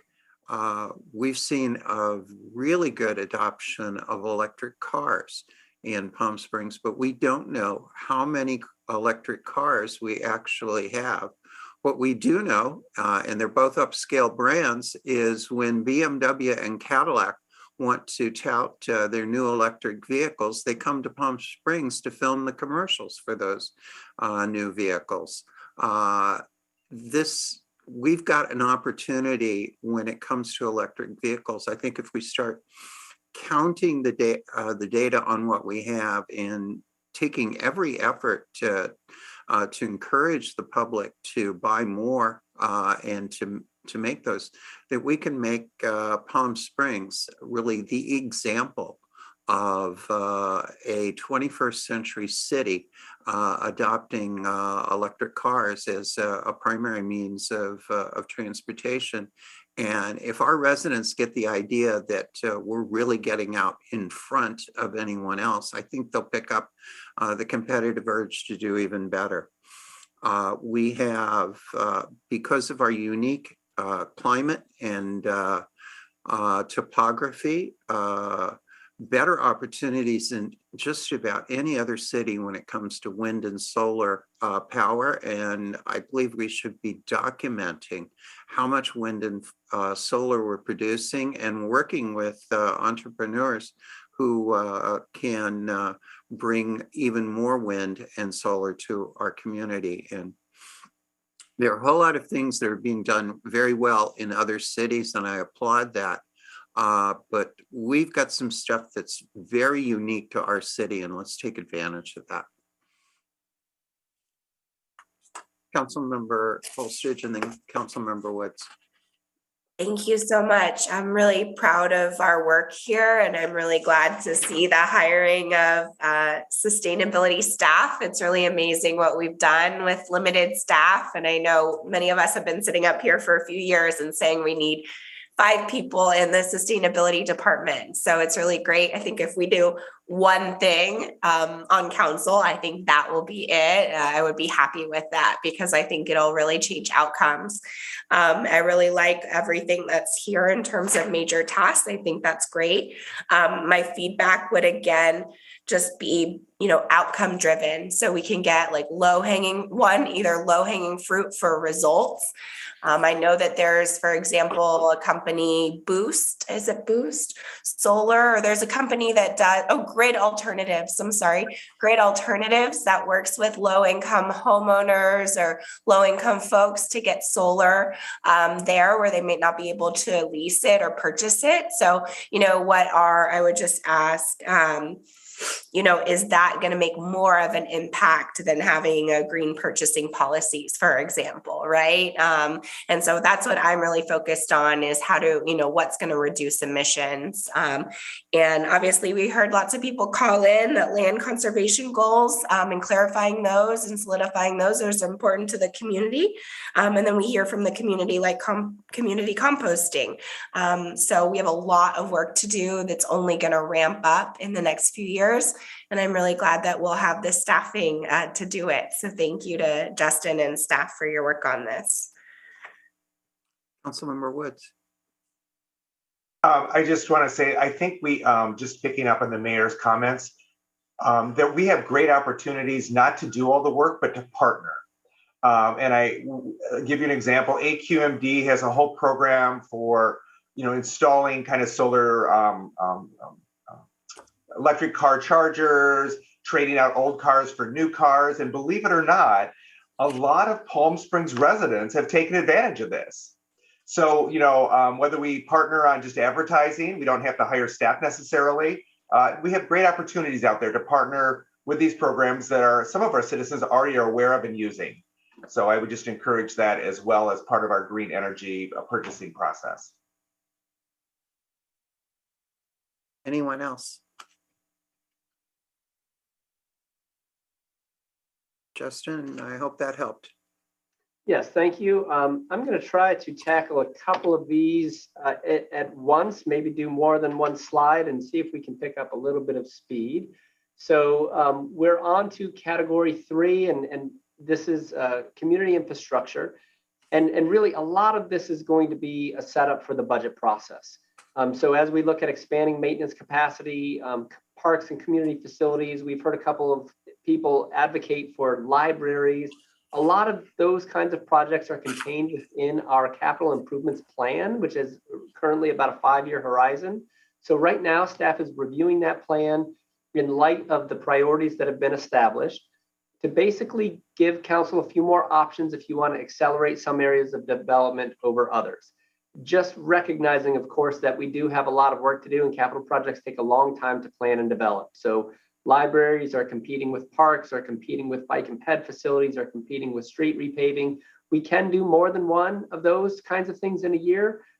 But when you really look at the long list, dog parks and pickleball, et cetera, we won't be able to do everything simultaneously. But suffice it to say, I think this priority really moves forward through the budget process and our priorities within the CIP.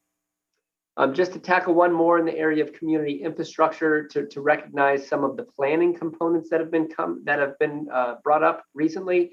We've already talked about adopting the housing element. confirming general plan vision and priorities, presenting the land use element, and then preparing to submit a budget request for the zoning code update. That's a lot of documentation there. That's a way to capture a lot of vision and a lot of these newer priorities to integrate eventually things like green building codes, et cetera, which are further out on our horizon, but all on our radar in light of these priorities. So those are kind of our community infrastructure areas, a lot of CIP planning, and then this more paper plan exercise with the general plan and other zoning standards. Anything we need to discuss there, or we've only got one more category of good governance, which will also be fairly quick. Nobody else has, as part of the community infrastructure projects, Justin, if we could give some concentration to improving bicycling safety, most particularly efforts to build class 1 bicycle lanes, and class 1 bicycle lanes for the public are those that have some type of physical barrier between a bicyclist and automobiles. And I did have an opportunity to meet in the last week with a number of individuals from the biking community, and it's great that we have roadways that share all over the city, but it's those class 1 bicycling routes that make a huge difference in people's safety.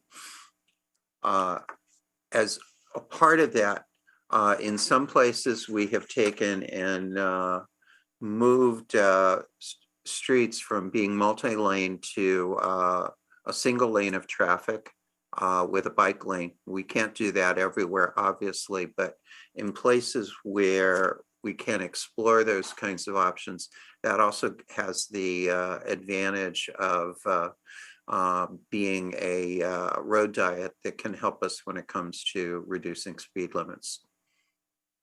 And just quickly, Mayor, and for those at home, when you look deeper into our work plans, not just on the 4-month horizon, but a longer horizon, we do have things like adopting the bike and ped master plan, which is really where we start to look at priority routes and discuss what kind of improvements should be implemented.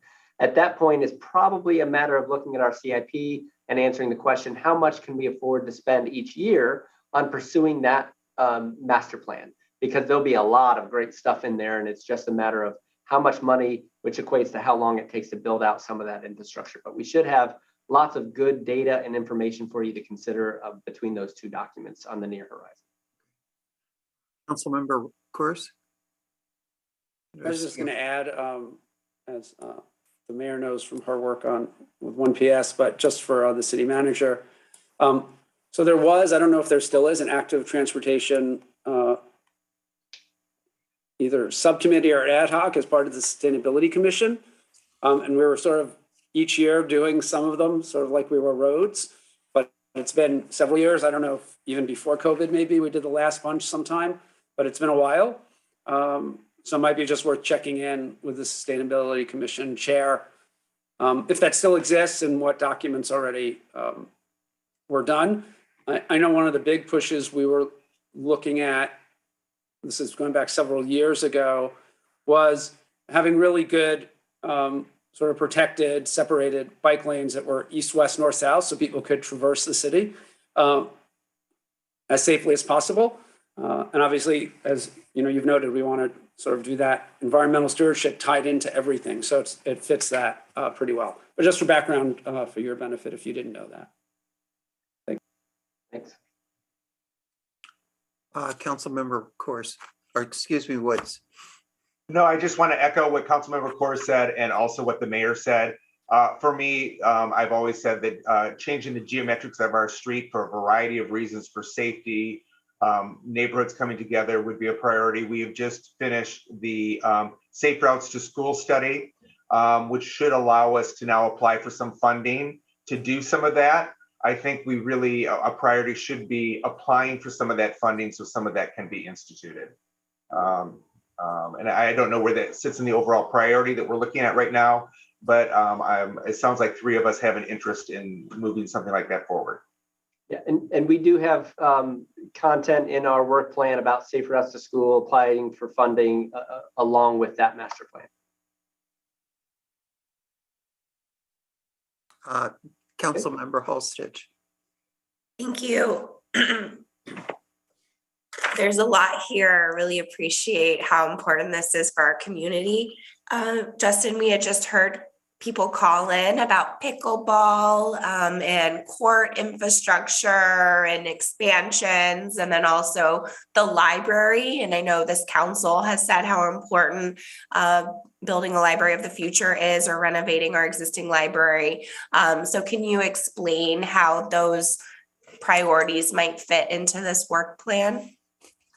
Yeah, so the CIP is really referenced in this work plan, but the CIP itself is where you will see most of that prioritization. So when we present that later on, really just a couple months from now, as we start the budget process, you will see an initial kind of project slated for either year 1, year 2, year 3, or whatever, and have an opportunity to say, you think something's more important or you want to accelerate progress. Again, it's only that things are competing with each other. So it's pretty hard at the end of the day to do the dog park, the pickleball courts, the playgrounds, the library, all at one time.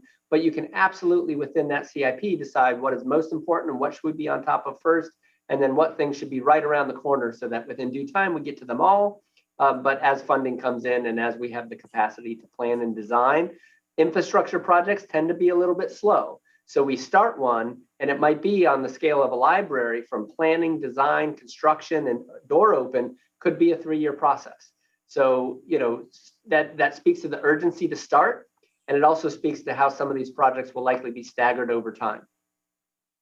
Thanks, that's helpful. And for the public, a CIP is a capital improvement plan. So it's our plan about how to invest our capital or our funds into our infrastructure.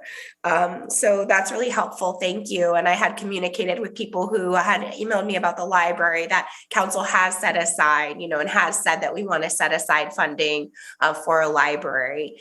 And I would just push us to think about short-term progress, medium-term and long-term progress. Obviously, I'm a short-term progress kind of person, right? If there are wins that we can get, like opening some tennis courts and other parks in Demuth to accommodate pickleball, right? That might be a short-term progress that we can do while we're working on longer-term planning and capital improvement planning for bigger projects. Absolutely. Thank you.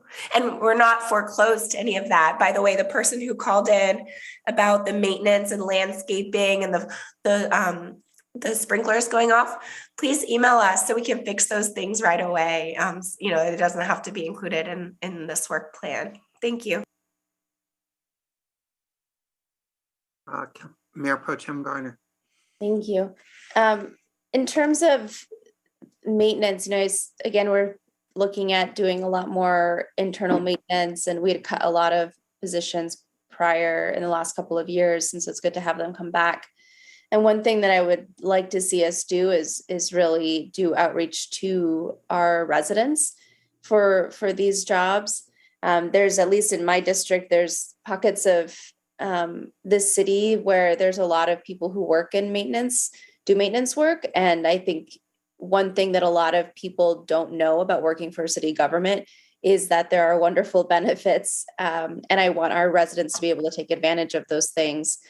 So I would just like to be able to do some targeted outreach once those positions are live, so that our folks that are here can stay in Palm Springs, because I think that's one of the things we talked about earlier, is a lot of people are being pushed out. If I could add much support to the comments that Mayor Pro Tem Garner made about trying to reach out within our community to make hiring whenever we possibly can. And following up on the comments regarding the library and Councilmember Holstich, one of the things that we talked about when we significantly discussed the library moving forward was the need to reimagine and replan Sunrise Park, which also creates an opportunity for us to look at pickleball and a whole lot of other things at that location.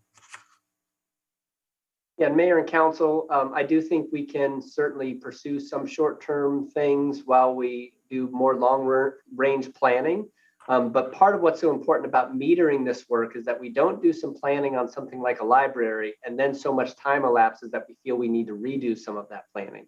Right. So by really taking a more reasonable approach to how much we can get done, we should make it so that we can move right through sequences: plan, design, build, open, right, for a capital project. And not start it until we're also confident that we can follow through and finish. So when we start to look at some of our parks and review master plans, which is again some additional content in the work plans when we look beyond the next 3 or 4 months, we'll be asking that question a lot and checking in with council. Where do we need to revise entire plans and create new visions to reimagine, so to speak? And where do we have enough in place to just take some action and replace some old infrastructure or build some new assets? Okay, so if you're ready, I've got one more section here, and then if it's the mayor and council's pleasure, we can break before we review process. So again, I'll combine a few of these items. We're now into area 4, which is good governance. Good governance is not always the most exciting outward-facing priority because sometimes it's a lot of back-of-the-house work, so to speak, but it's really important that our organization functions at a high level if we want to deliver high-level service. So enhanced service levels, we've got a lot of content in the work plan. Please understand that this is reduced to the things that will occur in the next few months, and that's largely presenting a budget to council that has options and proposals on how we can enhance our service levels in a variety of departments. We've already talked about things like housing and homelessness and sustainability, but this also includes those maintenance positions and things where we were just talking about doing local recruitment. And then the one that's a little more specific, because we always hear about the need to communicate well, communicate often, is to expand our communication department. Again, we'll have a budget request for a new kind of consolidated director level position and combine our Office of Communications with Office of Neighborhood so that resident engagement and good communication are kind of components of one broader effort. I imagine long-term here, again, we'll want to invest some additional resources because for a city our size, especially as prolific as we are in the area of kind of tackling priorities and addressing new policy, our communications resources, our staffing, and our ability to do things like produce quick videos and do more with television and marketing and infographic design and maintaining a robust website, I think we're just not where we ought to be. So we intend to start an expansion soon, but probably will last for some time. And then lastly, in the area of good governance is improved financial management. That's not to say our financial management isn't good. The city's in good financial health, et cetera. But we do want to start to capitalize on some of what we already have to do. So for instance, in the budget process this year, we want to set up 2 separate study sessions so that we can really focus on some of those new budget requests, new programs, new services, or areas where we're proposing to expand staff and make sure we set the justification for that and get council buy-in for those expenditures. And then we also want to start to do things a little differently in terms of presenting a base plus those new requests. Down the road, asset management, fleet and facility replacement systems and those kinds of things are coming. But at least in the next few months, it's really going to be enhancing the budget process since that's right in front of us, including 2 study sessions, as I mentioned. So that's it in terms of the tasks. Please, if you haven't had the opportunity, and for members of the public, review the rest of the content in those work plans. It really is much more exhaustive in terms of our approach to these priorities. These are just the items for the next 4 months or so. I may have mentioned in the beginning that our work study sessions are more or less spoken for. If we have a review of short-term rentals and a couple of budget sessions, we might have one other we can schedule. But otherwise, this is still somewhere in the neighborhood of 10 to 20 agenda items over the next 8 meetings. Along with all the stuff that's already on an agenda. So that's probably more than we can tackle. But we're going to sure work hard to make progress on these priorities. Come back and report that progress, as well as have another look ahead sometime 4 months, maybe 5 months from now. Are there questions or comments at this point? Councilmember Woods. Just a quick comment of Justin. You know, we also, and I know we didn't discuss this at any time, but we discussed it quite a while ago. The kind of our computer systems and getting things more online and things of that nature did come out as a priority, but we're still working on all of that, correct? Where people can file online and less interaction with staff at a counter and whatnot. Absolutely. There's a bit of a maybe more art than science in terms of identifying the things that are on our priorities list where we're kind of advancing the ball, so to speak, and things that we're already just doing. Implementing our ERP system, which is the kind of main backbone technology that our financial systems use. It's what eventually would enable people to pay online and kind of integrate scheduling and programming and fillable forms and making payments and all those things. That's about halfway done now. We still have another half to go. And then we'll start to expand that backbone system into all the little modules, whether it's Parks and Rec scheduling or maybe a good work order system where our apps that people sometimes use to communicate issues around town function better than they do today. So yes, that's ongoing.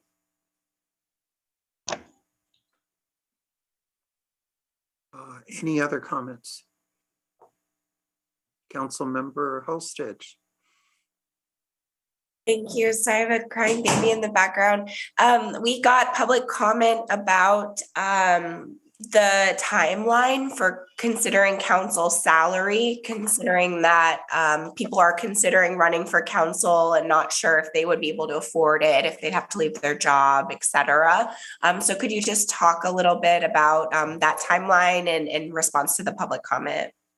Yeah, so when we looked at this, both in the visioning sessions and when we put together work plans, I think we resolved that it would be very difficult considering a robust process where we solicited comment and considered options to make a change to salary before most people were going to declare their intent to run for office, which, as we know, numerous candidates have already done. So we have that time horizon right now beyond the election, but within the next year or so. I think some smaller items, smaller in scale, but still recommendations from the CVRA working group could be accomplished a little sooner. So for instance, we've talked about a vehicle stipend in lieu of reimbursing mileage, which tends to be administratively burdensome. And I think we could do some of those. Importantly, some of the work that we haven't talked about yet in process, including a review of boards and commissions, some of the CVRA stuff, those were to some extent landing on the city clerk's lap, and we're going to have a transition in the city clerk position as our city clerk, who we're all very fond of, is taking a position in another community. So there again, we do have to kind of manage those transitions where a team that's already small will be without roughly 25% of its capacity, maybe 20%. But we do have that on the work plan. It's just wasn't, we didn't feel like it was quite achievable in time to inspire people to run for office. Thank you. Other comments from any or questions? I don't see any. Justin, what do you have left to cover this evening? So really, it's the process-related work. I think we can move through some of that very quickly. All we're looking for is high-level direction on some very concrete recommendations and some that would still require some additional analysis. So we don't need to dig into details, but what we have in mind is to walk you and members of the public through a kind of the various role players, residents and stakeholders, identify some challenges, identify some opportunities, get broad direction from council and wrap up. All right. Would council like to take a 10-minute break before we move into the next section? I see hands going up. So it is 7:38 according to my computer. So at 7:50 we will return. Thank you.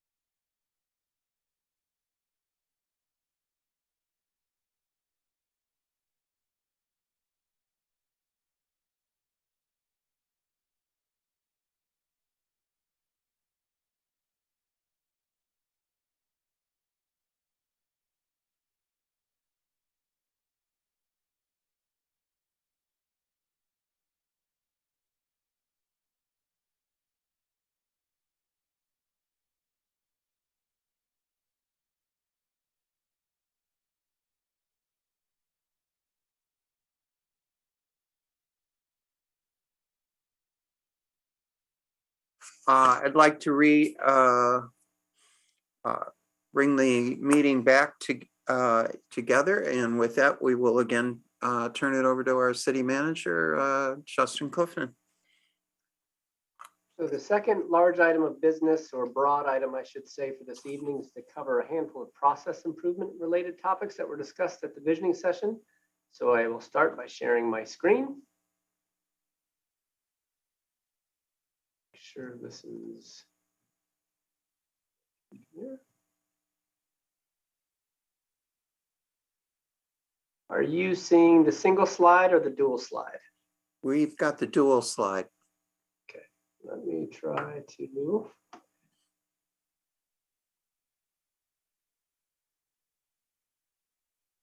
How about now? Now you're good. Okay, great. So just broadly speaking, this process improvement discussion, it's really an opportunity to step back and see the whole picture, improve systems that aren't working well. And really, we're going to focus tonight's conversation on what I'm calling role players. Local government is really unique from all other forms of decision-making, government in general, because it's so participatory. Democracy is really the concept we're working with here. Unlike business, unlike nonprofits, in a single decision, even for a relatively small item, it could be touched by residents, by numerous stakeholder and affinity groups, by multiple jurisdictions, external and internal within the organization, by numerous staff, sometimes multiple departments, maybe council, maybe committees of council, boards, commissions. So it's not unusual to have hundreds of people representing dozens and dozens of agencies or entities involved in a single decision. For that reason, it becomes really, really important that the roles are clearly defined, the linkages between those groups work really well, and when they don't, we see a kind of breakdown. So we're going to look at process improvement this evening, largely from the perspective of each of those role players I mentioned. I'm going to outline some challenges and some opportunities, and then seek some feedback from council. And if it's okay, I think I could probably go through all of this and we could have discussion at the end. So firstly, residents. The opportunities and challenges. First challenges, resident engagement, we can be hard by itself, right? Just making sure that we engage people and that they remain interested in what we do. Hearing all voices can be a challenge. Keeping residents informed, and then the timing and timeliness. It's not unusual that we'll be 20% through an item, 50%, 70%, 90%, and any point along the way, somebody new might come to the conversation, but they weren't present for whatever work occurred before their arrival. And so there can be a sense sometimes of either people wanting to start over or just a frustration not being part of an item from beginning to end. So what are some of our opportunities given those challenges? Number one, I think using more broad tools, including surveys and polls and focus groups, designing engagement for non-traditional audiences. We have a lot of input from the same folks over and over and over again. We also don't hear from a lot of the same people within our community. So designing new tools that might be more likely to reach those audiences is important. Consider broader use of working groups, and consider creating some sort of a citizen or resident academy where people can learn more about how local government works and how they can participate. So next steps here for us, mostly internal, but likely with some policy guidance from council. We already mentioned designing a communications and engagement plan and work plans around expanding those departments and those efforts. Develop some new survey tools. There's some great technology these days that make engagement through surveys really fun, with videos and infographics and other things to make it engaging. And then developing some new ideas on engaging hard to reach audiences. I showed an example of a work plan earlier, and we saw components of that work plan address things like resident engagement and how, or participation, and how exhaustive it might be or whatever.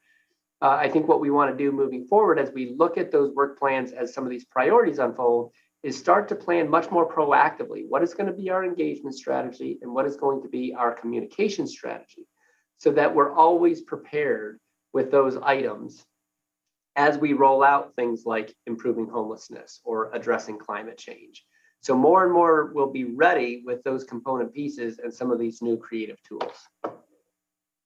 With stakeholders, it can be similar. Stakeholders really can be great because they're somewhat representative in nature. They don't exist for all interest groups, so we don't always hear all the voices.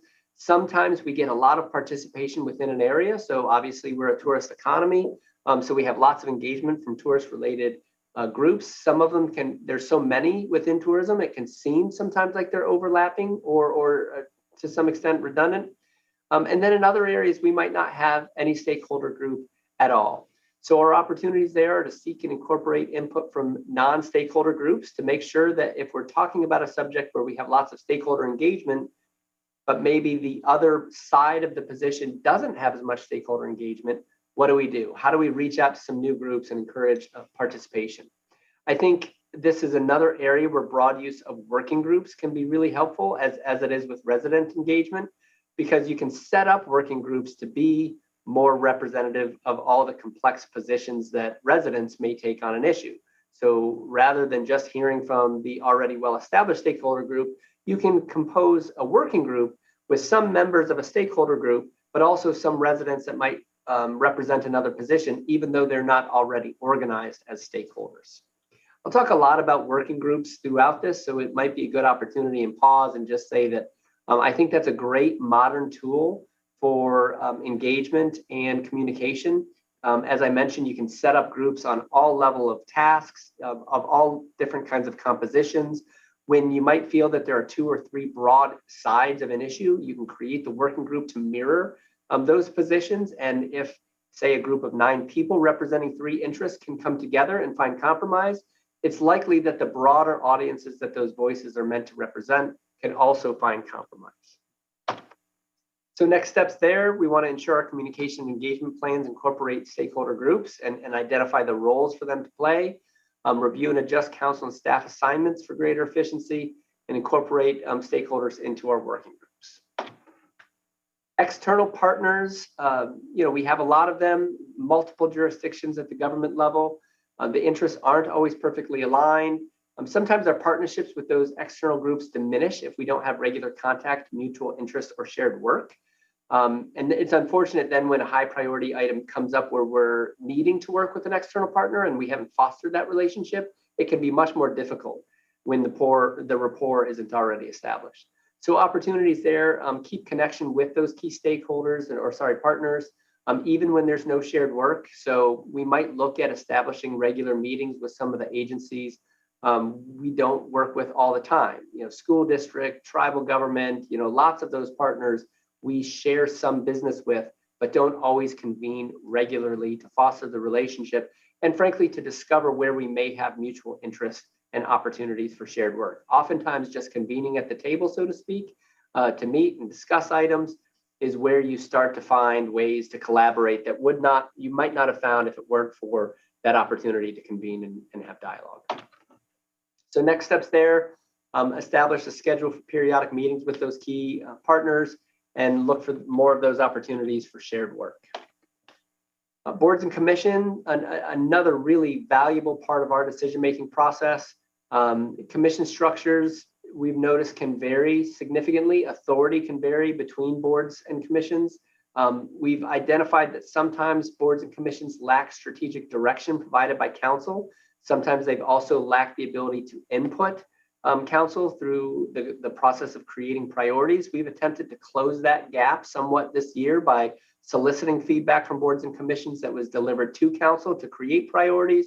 And then as these priorities are created, delivering that message also back to boards and commissions so that we can stay in alignment.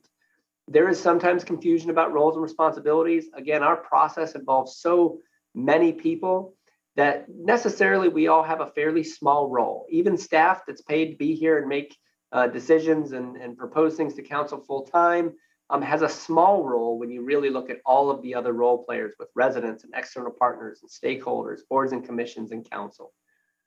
We have noticed an observed lack of onboarding and training of new board and commission members, and a lack of integration and communication. So sometimes they feel isolated. Sometimes the work that a commission may be pursuing is not well known to council, or council might have given some direction that's not well known to the commission. So our opportunities there, streamline commission structures, review, amend, and clarify roles and responsibilities. I think it would make sense to start to look at the enabling ordinances, look at the activities of commissions, create some alignment between them where we are missing things like good bylaws or handbooks, things like council has with its rules of procedure. We could create those.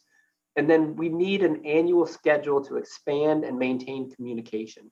So that annual schedule certainly includes things like getting input from commissions on priorities, giving strategic direction back to commissions, but that's probably not all we need. We need periodic touch points, whether that's facilitated by staff or maybe commission chairs and the mayor, maybe an annual get together where we discuss priorities and progress. It's been suggested maybe that's a commission dinner or something like that, but numerous opportunities to keep the communication strong. And then again, lots of onboarding and training materials so that we're periodically reviewing some of those roles, responsibilities, rules, et cetera, so that staff, commissioners, council members all stay well aligned in our roles and responsibilities. So I touched on some of these next steps already, but reviewing the ordinances, bylaws, et cetera, suggestion changes back to council that would create some consistency and efficiency, establish those processes to ensure consistency of work. Things like handbooks and a regular schedule of connecting will all facilitate a better workflow within and between boards and commissions. Committees and subcommittees, we again hear sometimes these are council committees, sometimes they're committees of commissions, but what we often see is tension between the subcommittee and the body as a whole. So we've had conversations about sometimes work that a committee's done and it comes back to council and it's fully baked instead of maybe partially baked, which would leave additional opportunity for council to participate and fill in some of the gaps. It has potential to greatly expand demand for staff resources. So depending on how many of these are Brown Act meetings, et cetera, oftentimes there's an obligation for staff to facilitate. It's often seen as a way to get work done without staff, and to some extent that's true. But oftentimes, preparation of minutes, preparation of agendas, posting agendas, some of the research that goes into the staff reports, et cetera, it can really be a lot of staff time, which is okay to the extent that committees and subcommittees add a lot of value to the process. But we want to make sure that they're not redundant of roles that are otherwise already being played, because otherwise that tends to be just a duplication and an inefficiency and a poor allocation of resources.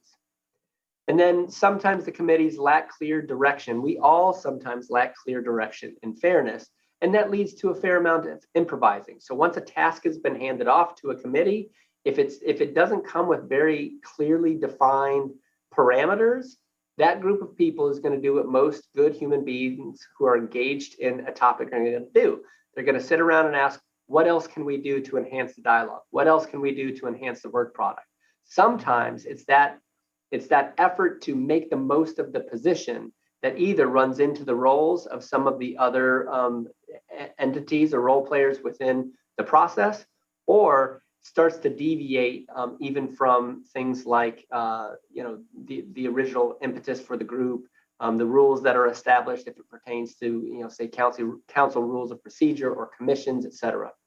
So our opportunities there, we should, I think, consider reducing the use of committees. Council really reached that conclusion at the visioning session, and so for members of the public that have noticed, we have not had things like business retention meetings on an ongoing basis. I do think we should maintain the ability to create either subcommittees or for council members to participate in working groups. So there's still a mechanism when we need to divide our labor a little bit for efficiency purposes, that we still have a way to convene in these groups to get a little more work done. A good example, when the business retention group was considering parklets, they were able to listen to a lot of stakeholders, collect input, and deliver that in a consolidated and concise way to council so that we didn't need to spend time at a council meeting going through that work on the ground level. So an alternative to a committee to take that on could have been a small working group where a couple council members could still participate. I think when we create those committees, it should only be with clear documented roles and responsibilities. And really, we need to be more exhaustive in articulating both what we want a committee or a working group to do, but also what we want to preserve for council, or in the event we're talking commission subcommittees, what role is left for the body as a whole to undertake to make sure that the committee or subcommittee doesn't go too far with its role. And then consider deferring more often to existing stakeholder groups, commissions, or other already established groups so we don't have, again, too much redundancy.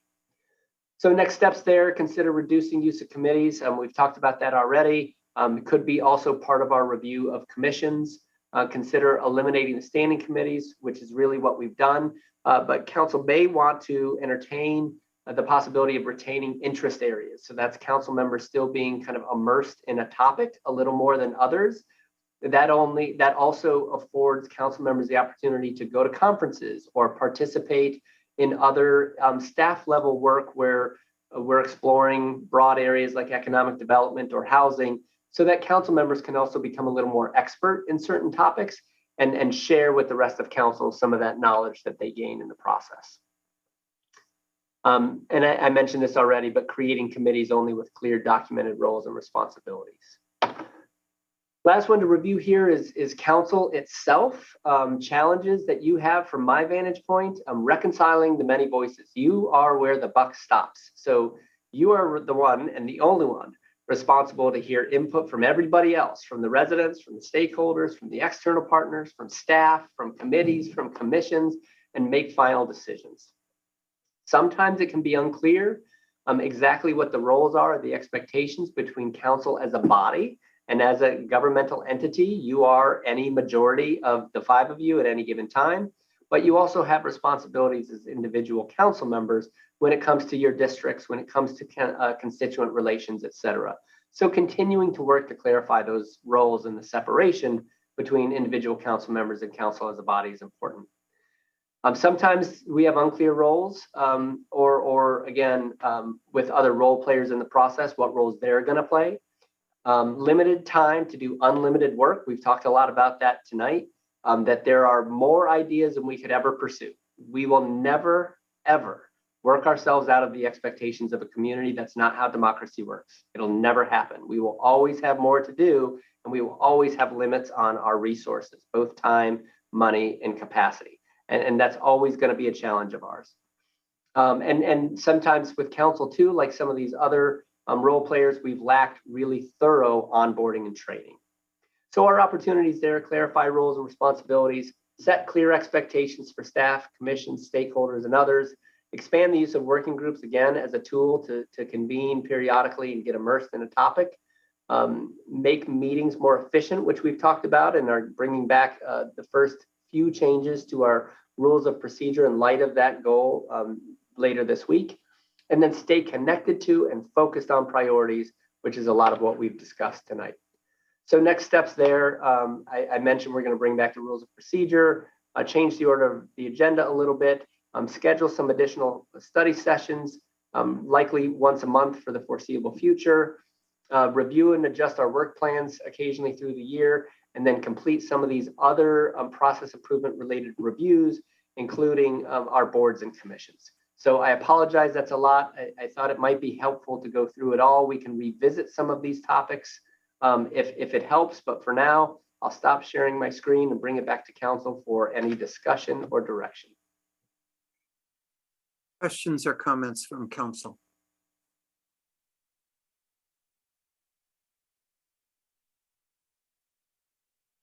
Justin, I think you went through that very well. And I don't know if there's others that have comments, but I'm supportive of the directions that you're outlining.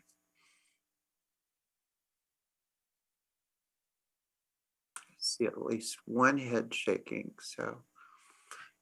Okay, great. Mayor Pro Tem Garner. Thank you. Yeah, I think that that adequately describes what we've discussed about this and what we're looking to do. I just did want to raise up one thing that I've noticed is that we do often hear a lot from the same people, but I think we also have trusted messengers that the council lifts up as a body. And then there's other times when we have people calling in on behalf of groups, but we don't seem to know enough. And then we don't elevate those. And so part of what I'm hoping we can do is to just really be thoughtful about making sure that when there are trusted messengers that come forward, that we're hearing from them. For instance, everybody in this Desert Highlands shouldn't have to call into the art commission to tell them that they like the new art in the community. The person who's on the arts commission who is from the community, should it be enough to be able to say, hey, the community is telling me that they like the art, different things like that. So I just don't want us to be closed off when we start hearing from other people just because we haven't heard from them before. And I think it's something that as humans, we sometimes do and don't realize. Yeah, absolutely. I mentioned that we're going to be working on these resident engagement plans as component pieces of these priorities. And that's one of the reasons, is so that early on, not once we're already immersed in the topic, but beforehand, we can start to identify where are the already, the well-working stakeholder groups where we can count on those messengers. They're representative in nature, like 1PS. They have a system to reach out to neighborhoods and get feedback. But just as importantly, we might have a handful of groups, but are there audiences we don't anticipate we're going to hear from because they don't have the same level of kind of stakeholder group already created? And what are we going to do to get some of those voices? If we can't just quickly call a group that we already have a great relationship with and say, hey, reach out to your members and tell us what you think, right? And to do more proactive planning along those lines and develop some tools that we can use repeatedly as good ways to reach some of those audiences we don't hear from as often. And in some cases, maybe some of those groups that are a little more loosely affiliated can become something more like a stakeholder group, so that it's also easier to rely on the level of understanding that it truly is representative in nature, right? And that we're not overgeneralizing the position of a neighborhood, for instance, by failing to kind of solicit input beyond the first person we hear from or whatever. Councilmember Holstridge.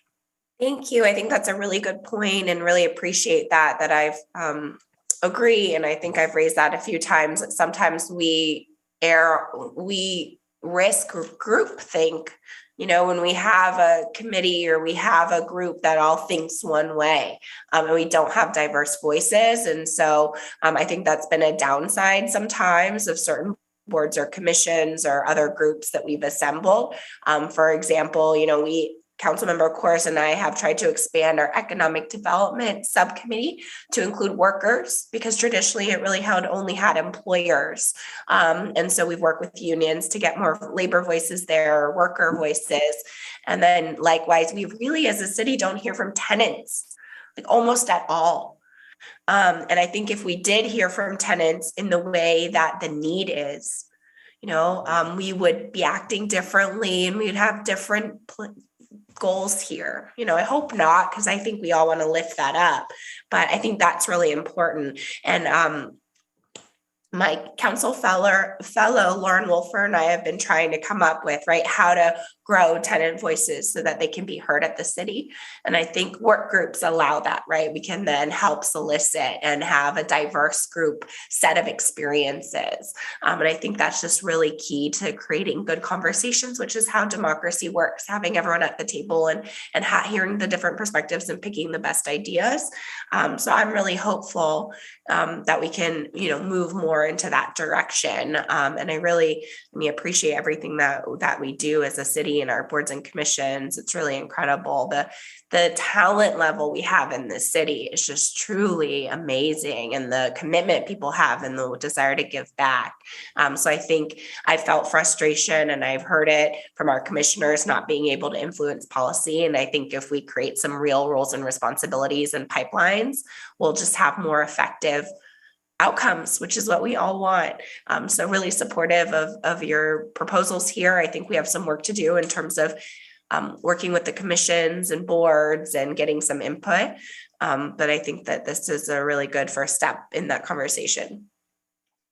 Yeah, and if I may, Councilmember Holstead, the working group, I think really we could proliferate the use of that tool just for the reason you said. I've found that sometimes when you have a particular policy, you're reaching out, but you're just saying, hey, come and make comment. But when you carve out a role and say, for instance, we're looking at an inclusionary zoning policy, or we're looking at tenant protections. And what we need is a tenant who's moved around the community, who's maybe can really share their firsthand experience of what that's been like. That's a really empowering scenario for someone to participate because they have an important role to not only bring a voice, but then use that voice or that perspective to analyze some potential solutions.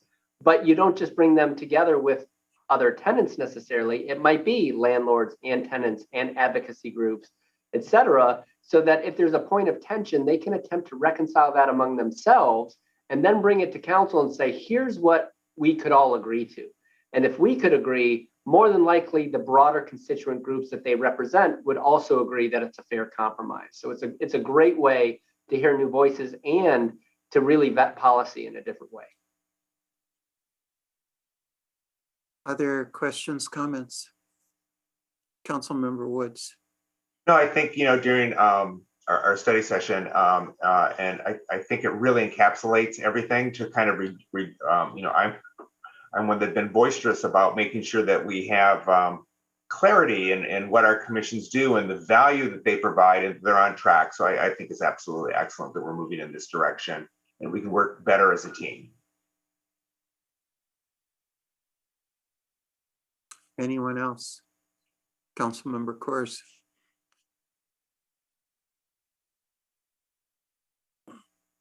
You're on mute. Okay, I'll try it now.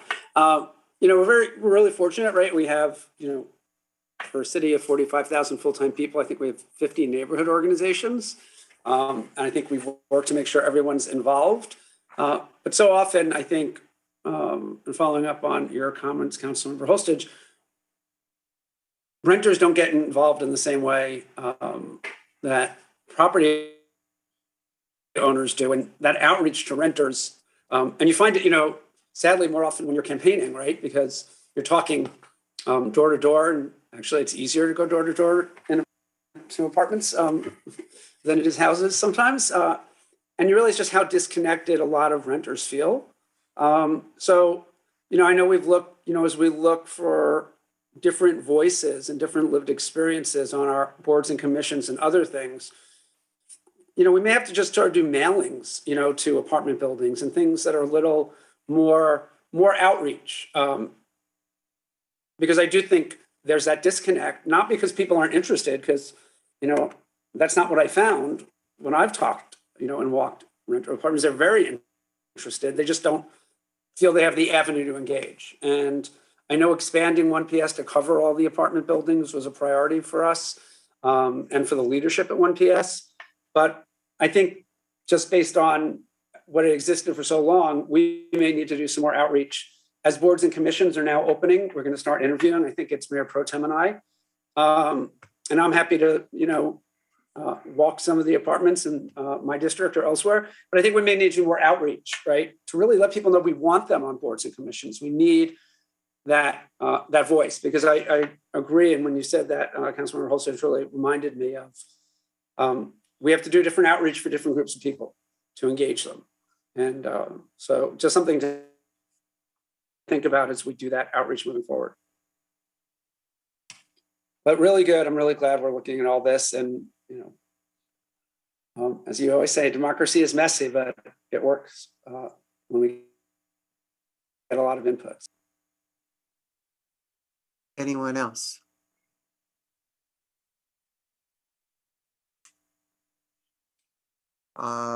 Justin, do you have the direction that you need this evening? Yeah, I only have one more slightly more specific question, and that is in terms of moving forward with some of our study sessions. We would like to propose, after looking at calendars, that we program most of those for the Monday following our first council meeting. Now that date varies a little bit as we've sometimes have to manipulate our schedule. And there might be one or two of those that conflict where we would need to schedule it differently. But as a general rule, that would give us a fair amount of predictability to to do the Monday following our first council meeting of the month. That would also avoid ever having two of them in the same week, which we have this week. Give you guys a weekend to rest. And we've checked, I think, all of your schedules and believe that that would work in most instances. There might be one or two we would have to schedule around conflicts. So if you're okay, and pending some final confirmation that we could do through our office over the course of this week, we would start aiming for that Monday following the first council meeting. I think that works, but before we lock in all of those dates, perhaps we could get a proposed schedule so that we can do a double check. That's what we would do is go ahead and go through, identify some of the conflicts that we know exist and make some accommodations of those. And then just like we present the entire council calendar to you, we would present a calendar of study sessions in similar fashion for final consideration and review. But I wanted to throw it out as a concept before we do that work to make sure that there aren't any major red flags with that approach. Thank you. Councilmember Coors. As we get later in the year, that's going to be easier, but just looking quickly, March and May, those dates don't look like they work for me. Because of, staff doesn't have our personal schedules. One might be movable, but, so if we could look out the whole year and try and get all the dates set now, that would help. That's what we'll do. So we'll solidify what that looks like on paper, do some reaching out before we present a complete schedule, adjust some dates, then submit a complete schedule to you for final consideration. Great, thank you. Other questions or comments? And I think we've reached the point where we can adjourn the meeting unless somebody objects. I don't see any objections. So the city council meeting for February 22nd is adjourned at 8:23 p.m. The next regular city council meeting will be held February 24th, 2022 at 5:30 p.m. We give you the next 43 hours to yourselves before we're back. Thank you.